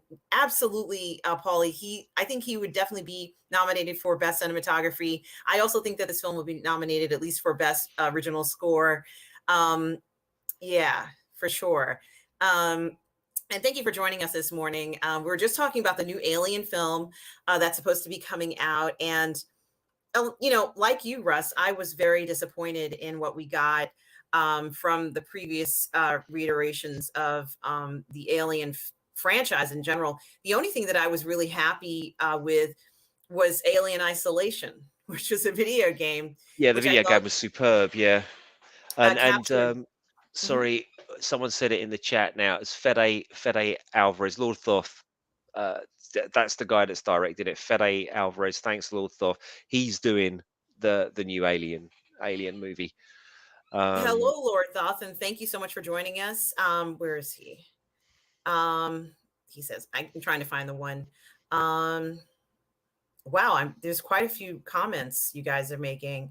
Thanks so much for this. Lord Thoth says, yeah, Fede Alvarez. Thank you so much. And also, Jason Wiley. Yes, that's the Halloween theme. Sorry, I couldn't remember which one it was. But I John haven't wanted to Carpenter. play, yeah, anything since that time. But I got excited because it Oh, just sounded so Friday the cool. 13th was that. Yeah, that's it. Yeah. But it was so exciting. Like we all wanted to play that, and we did. Like it was the idea that anybody would want to play something from that. Um, is kind of funny that you got inspired by the sound of it. So, but yes, that is exciting. And I think that as the films were being made, and Ridley was kind of defending the films and talking about it, and I'm a big fan of Mike Fassbinder. I'm a huge fan of his. I think he Mm. was a fantastic Magneto, and I thought he was great in these Alien films. I think he was underutilized, and they kind of pushed him in a direction that it didn't need to go to an extreme. It's like, fine, if he wants to be this person who's experimenting with the alien, great, but we don't need to see 500,000 examples of it. You I know, just think they see RM. That's it. This is why sometimes prequels are a shit idea. And Prometheus for me is the archetypal shit idea, or sorry, a Covenant in this case. You just shouldn't have gone there. Like the xenomorph was so much better as an unknowable thing that we came across in outer space that is completely adapted, and we are perfect victims for it. It's like a Cthulhu thing. It's an unknowable mystery. Where do they come from? Who cares? We don't need to know. And now we find out it's invented by a sexually frustrated robot with a god complex, like 20 years before Ripley found it. And that just kind of the whole mythos of Alien, if you like, crumbles at this point, and it's far less interesting when you realize it's a sexually frustrated robot's lab experiment. That's not scary anymore. That's just dumb. I mean, okay, it's logical, and yes, he could have done it, and yes, great, but I much prefer them to have been this unknowable Cthulhu-esque monster that if we'd have never encountered would still be doing its thing, but the fact that we encountered it, it's that cosmic horror of an uncaring universe. Because the aliens aren't even evil; they're just doing what they do. It's just because we're conscious beings, they're terrifying to us. But the alien doesn't care if you're a cow, a man, a woman, or a dog. It's gonna impregnate you. And I much preferred that they were unknowable. So but I think with the Noah Hawley show that's coming on and this new film, I'm wondering if they're going to retcon a lot of this stuff, because some of the rumors I've heard about Noah Hawley's thing is it's kind of retconning stuff already, before it's even come out. So I don't know. Um, at this point, I'm hungry for good aliens. I'm hungry for that, and I'll kind of wear it if it retcons stuff. But I'm kind of hoping that they adopt the analog future. See, that was dumb in Prometheus and Covenant as well. And I've heard all of the sort of tenuous arguments that, oh well, because the Nostromo was a really old crap ship, and oh, okay, well, let's say we buy that, but the Sulaco certainly wasn't. The Sulaco was, a cutting edge military vessel, and that had analog tech because the film was made in 1986. And I really love the idea of this analog future, and I hope that Noah Hawley does that, and I hope that Fede Alvarez sort of hooks onto this. They've still got chunky laptops and things are still in vector graphics, and they've all got 80s hairstyles. It would be great because they did that in Rogue One. Like, everyone had the 70s sideburns and all that. I thought that was a really nice touch. So yeah, I'm hungry for good aliens, because we've been getting repeatedly kicked in the bollocks with this stuff for a long time now. I'm not excited about the Predator show a film that's coming on the same channel, because after The Predator, that was I was talking to someone online about this the other day, and it almost seemed like it was done deliberately to insult fans of the franchise. So I don't know, man. But apparently, this Fede Alvarez is a really good horror director, and everyone's raving about Noah Hawley and how great he is. So hopefully, this franchise is now in good hands.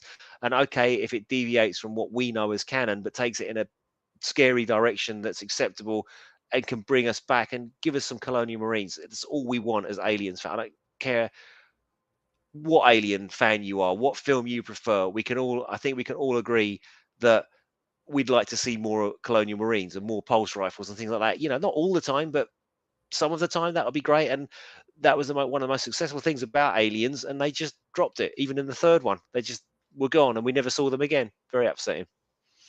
Yeah, and Lord Toth says, agreed. Fastbinder could have been so great in these movies and was a huge disappointment. Absolutely. I'm an Alien super fan, so like, I've watched all the outtakes and where they did promos of who each character is. Like, I've watched all this stuff. And I haven't bought the comics, but I've watched every single comic ever made, like online, and two channels that I watch, Project Alien Acheron Theory. and Alien Theory. And I'm Patreon. I think I'm Patreon for Project Acheron. I'm not sure. I have to check because I'm not sure about it, but they come up with a lot of things where they'll say, well, is it theoretically possible that this could happen? And, then you get into these discussions about, whether or not an alien can do this or would it survive here. But IGN recently had a competition, maybe 1 or 2 years ago, about the 40th anniversary of Alien. And they challenged people to make a 10-minute video or something. Short films. The shorts were brilliant. Yeah. They were spectacular. And the rules Sorry, were that you had Aram. to show. I need to jump in here. Blue Yes, Sunrise saying that I didn't know there was a Predator series coming. I misspoke. There's a new film coming. It's called Prey, not a series. Sorry, Aram. no Carry on. worries. It's all good. Um, Something that I think was very interesting about it was that they had to fit certain parameters. They had to have an alien face hugger. They Mm, had to have, like, there were certain parameters. They had to have an alien, and it went on and on and on. And I think that they captured the spirit of what Alien that we're expecting to see in Alien, because we certainly don't want to see a repeat of what we've seen before. However, mm, the comics themselves have so many backstories that they could tell, which would be enjoyable. Like, for example, what happens to Earth mm, during this entire time. And of course, for those of you who don't know, Earth gets overrun by aliens. Like, it's almost like they become the rats of Earth, where rats are everywhere, in every place on Earth. But now aliens can now burrow and kind of do this. And then there's like this crazy cult that gets involved in it. It was just so much fun to enjoy listening to alien theory, go through all these different comics, but also talk about things. But they also came out with a audiobook that explained what happened to Ripley in the, was it 50 or 80 years that she was floating in space 57 from. years. So apparently, she, she believed that when she went to sleep, that she was in control of the ship, and of course she wasn't. The reason why she was No, drifting for 57 years is because, you know, um, the android had already programmed to make sure that that ship doesn't get caught by anybody.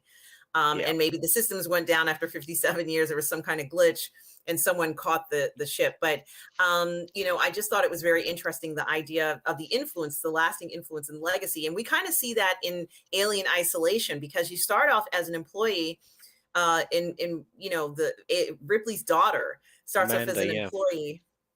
Amanda, she starts off as an employee trying to retrieve a flight recorder. And in the beginning of the game, it starts off where she is an employee of one company, but by the end of the game, I can't remember who owns it at the end. It's no longer that company. So whatever contract she had is completely invalid, and whatever she thought she was going to be there for doesn't matter, because as soon as the alien is discovered, there's like this full-on override, just like what we would expect, but it was done in a fresh way. They even use the insides of the original alien ships, that were custom seen. So it had that feel, just like what you were saying when they used the sideburns in Rogue yeah, One. It had that feeling of Alien. The interiors look like Alien, and it had that immersive effect that we all kind of want, but it also had a terrifying effect, because you now have to kind of elude the alien. You can't defeat him a lot of the times. mm, Whatever you want to describe him as, you can't defeat the alien a lot of times. You have to avoid him. So I think that it was a very clever game, and you even visit the original ship in it. They have a lot of Easter eggs in the game, but the game was done right. We don't know what happens at the end. She's floating in space, Russ. The game mm. is old enough for me to say this now, and I think that that's the kind of movie that we're looking for. We're looking for something that's somewhat as imaginative as that. And I'm almost wondering, it's like, I almost want those game developers to make or write the scripts for the new films. I'm relying on the game, which is maybe 40 hours of gameplay, to Yeah, get that satisfaction of the alien world versus relying on the movies itself. So, I yeah. think, Everyone agrees, don't they, that's been the standout sequel. That, like, they've tried so many things. With Alien 3, didn't work. Ugh, Alien Resurrection, frankly, was insulting. It was a beautiful looking film, but frankly insulting of the fandom. AVP apparently takes place in an alternate universe, and everyone loves to bash that movie. But fuck everybody, I love that movie. I think Paul W.S. Anderson had his heart on his sleeve. I don't think AVP was the movie that he made, was not the movie he set out to make, because Silver put massive budgetary constraints on him. They had to shoot it in a warehouse in Prague at the end of the day. And I know from listening to Paul W.S. Anderson, he's a huge Alien fan. I mean, look at Event Horizon, right?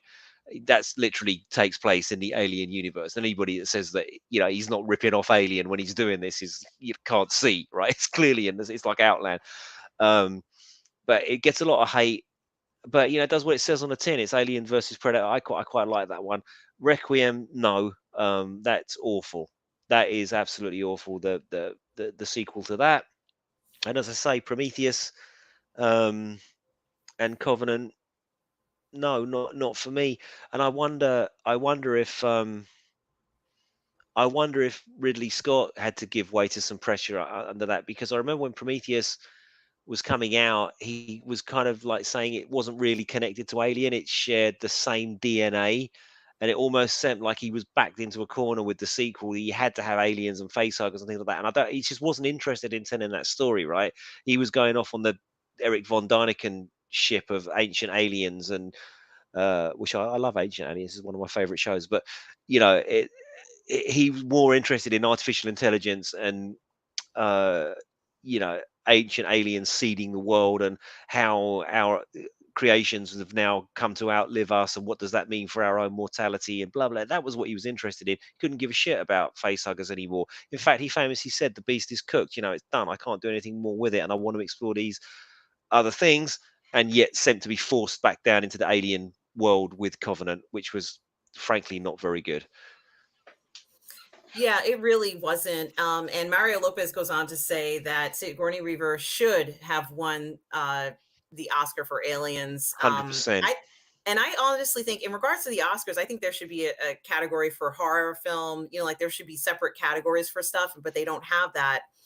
And I'm not quite sure why, but that's okay. But I think they need to um, do something about it. Bunyan Snipe says AVP should have been a Colonial Marines movie. 100%, 100%, Mhm. right, Bunyan, and that's kind of the point, and I'm sure that's what Paul W.S. Anderson's original pitch. Because look, it fucking writes itself, doesn't it? Oh, I don't know. We've got some colonial marines, and then they're somewhere, and these prisoners get infected, and now they've got to fight off aliens and. I mean, it's so easy. That's the film that Absolutely. everybody wanted, and they didn't do that. And I think it's because that Silver just cut the budget, and basically I've seen some of the concept art, and it had predators on Earth thousands of years ago, and it was all to do with that. And we got a little tiny snippet of that in the director's cut of AVP. But if you're gonna make an Aliens versus Predator movie, it's so obvious: colonial marines, aliens, predators fight. How can you fail? How can you not do that? Yeah, every time they talk about it and they're bringing out a new Predator film or whatever, yet again they sort of fail to do that. And you're just wondering, any person on this chat could write that movie. If they love aliens, they know what to do. Okay, we'll just think of a scenario and we'll put colonial marines in it, and there'll be a huge fight, and it's going to be awesome. Absolutely. And I think that the idea of once again going back to what we saw, it's going to be disaster. So they need to take the approach that, as far as I'm concerned, that people took in these IGM shorts. They need to grab one of those people Mm, and pull one of those ideas from it. In particular, there was one of the films that had um uh a dog, I guess, that was there specifically to hunt down or sniff to see if there was an alien around, and that's what the dog did, and it was very interesting. The person was clearly sort of like set up to get uh I guess, impregnated by the face hugger, but this dog fought, and she knew. She wasn't surprised. She was like, well, this is why it's here. And I was like, wow, can you imagine not having that fear of the alien, just having so much knowledge about the alien as sort of being part of your world now, and you have to deal with this parasitic organism, which is how I kind of look at it. Um, I think it the is very dog was interesting, a but synthetic, wasn't it? The dog was synthetic. he was synthetic. Yeah, Yeah, he yeah. was. Um, and so the other thing that I was going to say is, um, they had that audiobook that they had Rutger Hauer doing the voice of, he did some voices on it, and they had kind of like a lot of people who did some fantastic narration on it. But that, Mhm. I think, could also make a good film. Now, I don't know if they want to go back into that era, because going back to the Ripley era, if I'm going to call it the Ripley era, going Mm. back to the Ripley era might be something that a lot of people don't want to touch with a 10-foot pole, and I get that. But they were able to take Amanda Ripley and make her into a believable character in the video game. So I kind of am convinced that there are more stories to be told. But Omar94 says that he only liked the first two Alien movies. That's a good point. Blue Sunrise, thank you for oh, okay. But I have to say that the fact that they're even still showing interest in this franchise is a positive. Mm. And we do need someone to kind of, make more stuff. And it's just as a fact, at least from what I'm seeing, a lot of this stuff, we're just not getting the quality that we want to see in a lot of these shows. But I have a feeling that this upcoming one, Russ, is going to be great.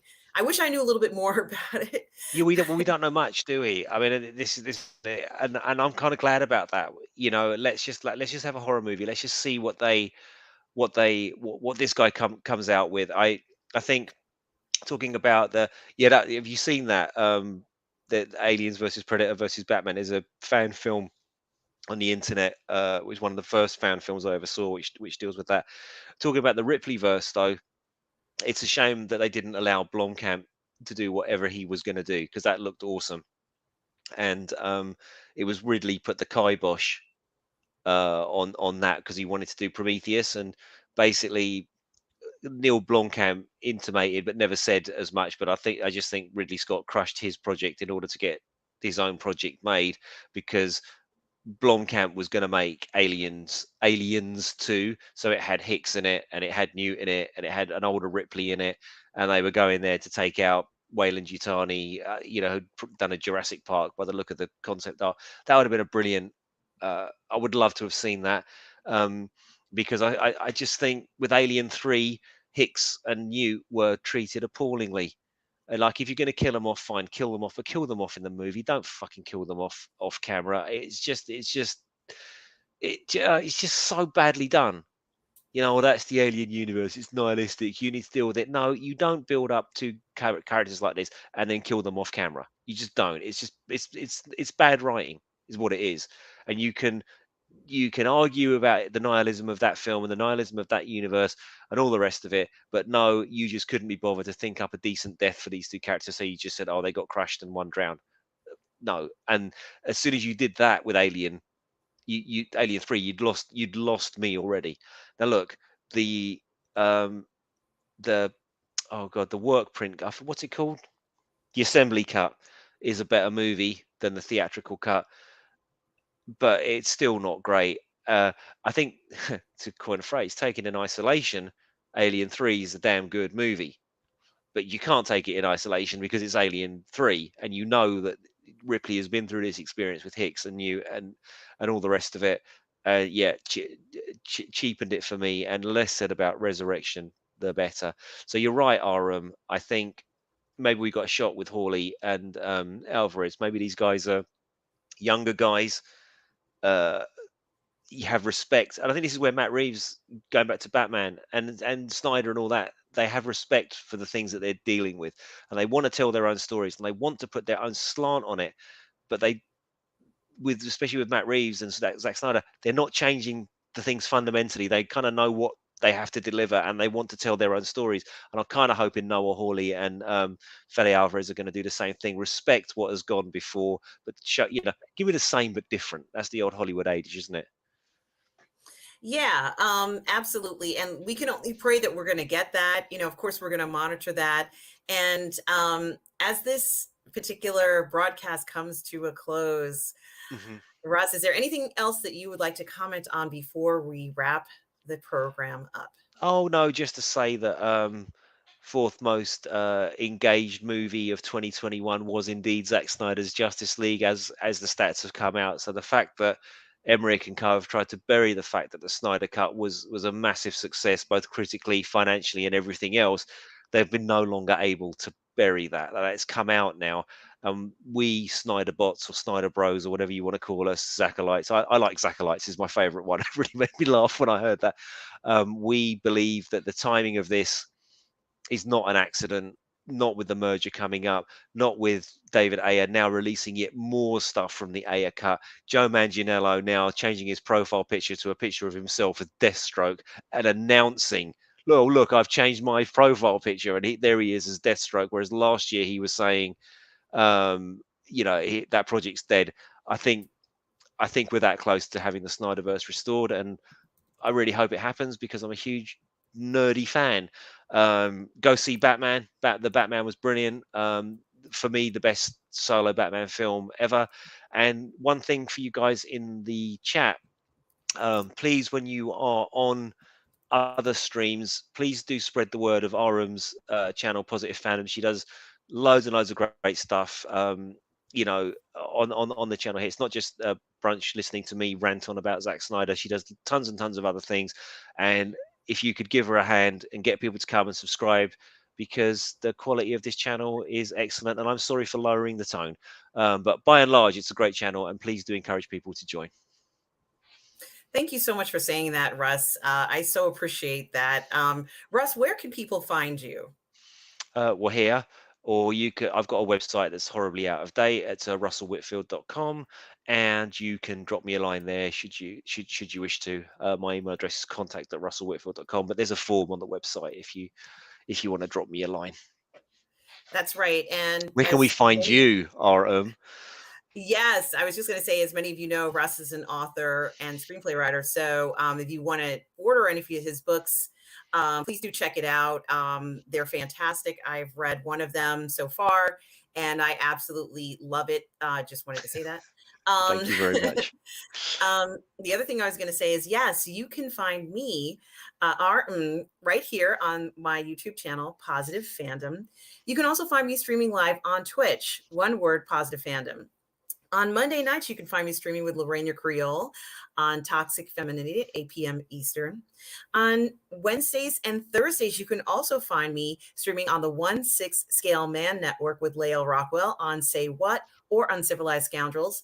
I also do a Jack Reacher show with Lorraine Creole live on Twitch. And we also rebroadcast those streams as well. So And is it out yet? Because it hasn't come up in my feed. Have you done one with Lorania? I have. It's You're actually on now. Oh, it didn't pop up. I'm going to go look for it. Sorry to interrupt. I No, want to it's watch that quite all show, right. everyone, because that's going to be hilarious. I can't It's wait. quite all These right. two perving out over Oh, Alan Richard. I can't wait. It's going to be hilarious. I'm the so toxic looking forward to it. masculinity one has not come out yet, but the Oh, Reacher review series has come out. And we've okay. started that. And the toxic masculinity, we have started to film that series already. So the answer is Ooh. yes, but it has not been released. We do a show called Toxic Masculinity, which will be coming out.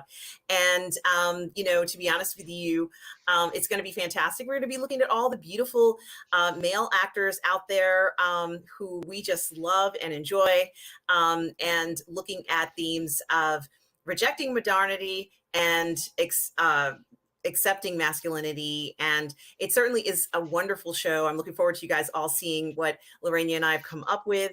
So please do check that out when it comes out. And I certainly will announce that as well. And at 12 p.m. Eastern on Fridays, you can find me streaming on Midnight's Edge in the morning with Tom and Andre and Cameron Pasha. On Friday nights and sometimes Saturday nights, as I've done this weekend, you can find me on the Burnett Network with Robert Meyer Burnett. We still are going to be streaming some of that show because we haven't finished all the super chats. We've gotten so many super chats this past weekend, more than we've ever gotten before. And we're so grateful for that. And I'm so grateful for you guys in the chat for coming out to our Sunday brunch show with my wonderful co-host, Russ, who this show was his idea.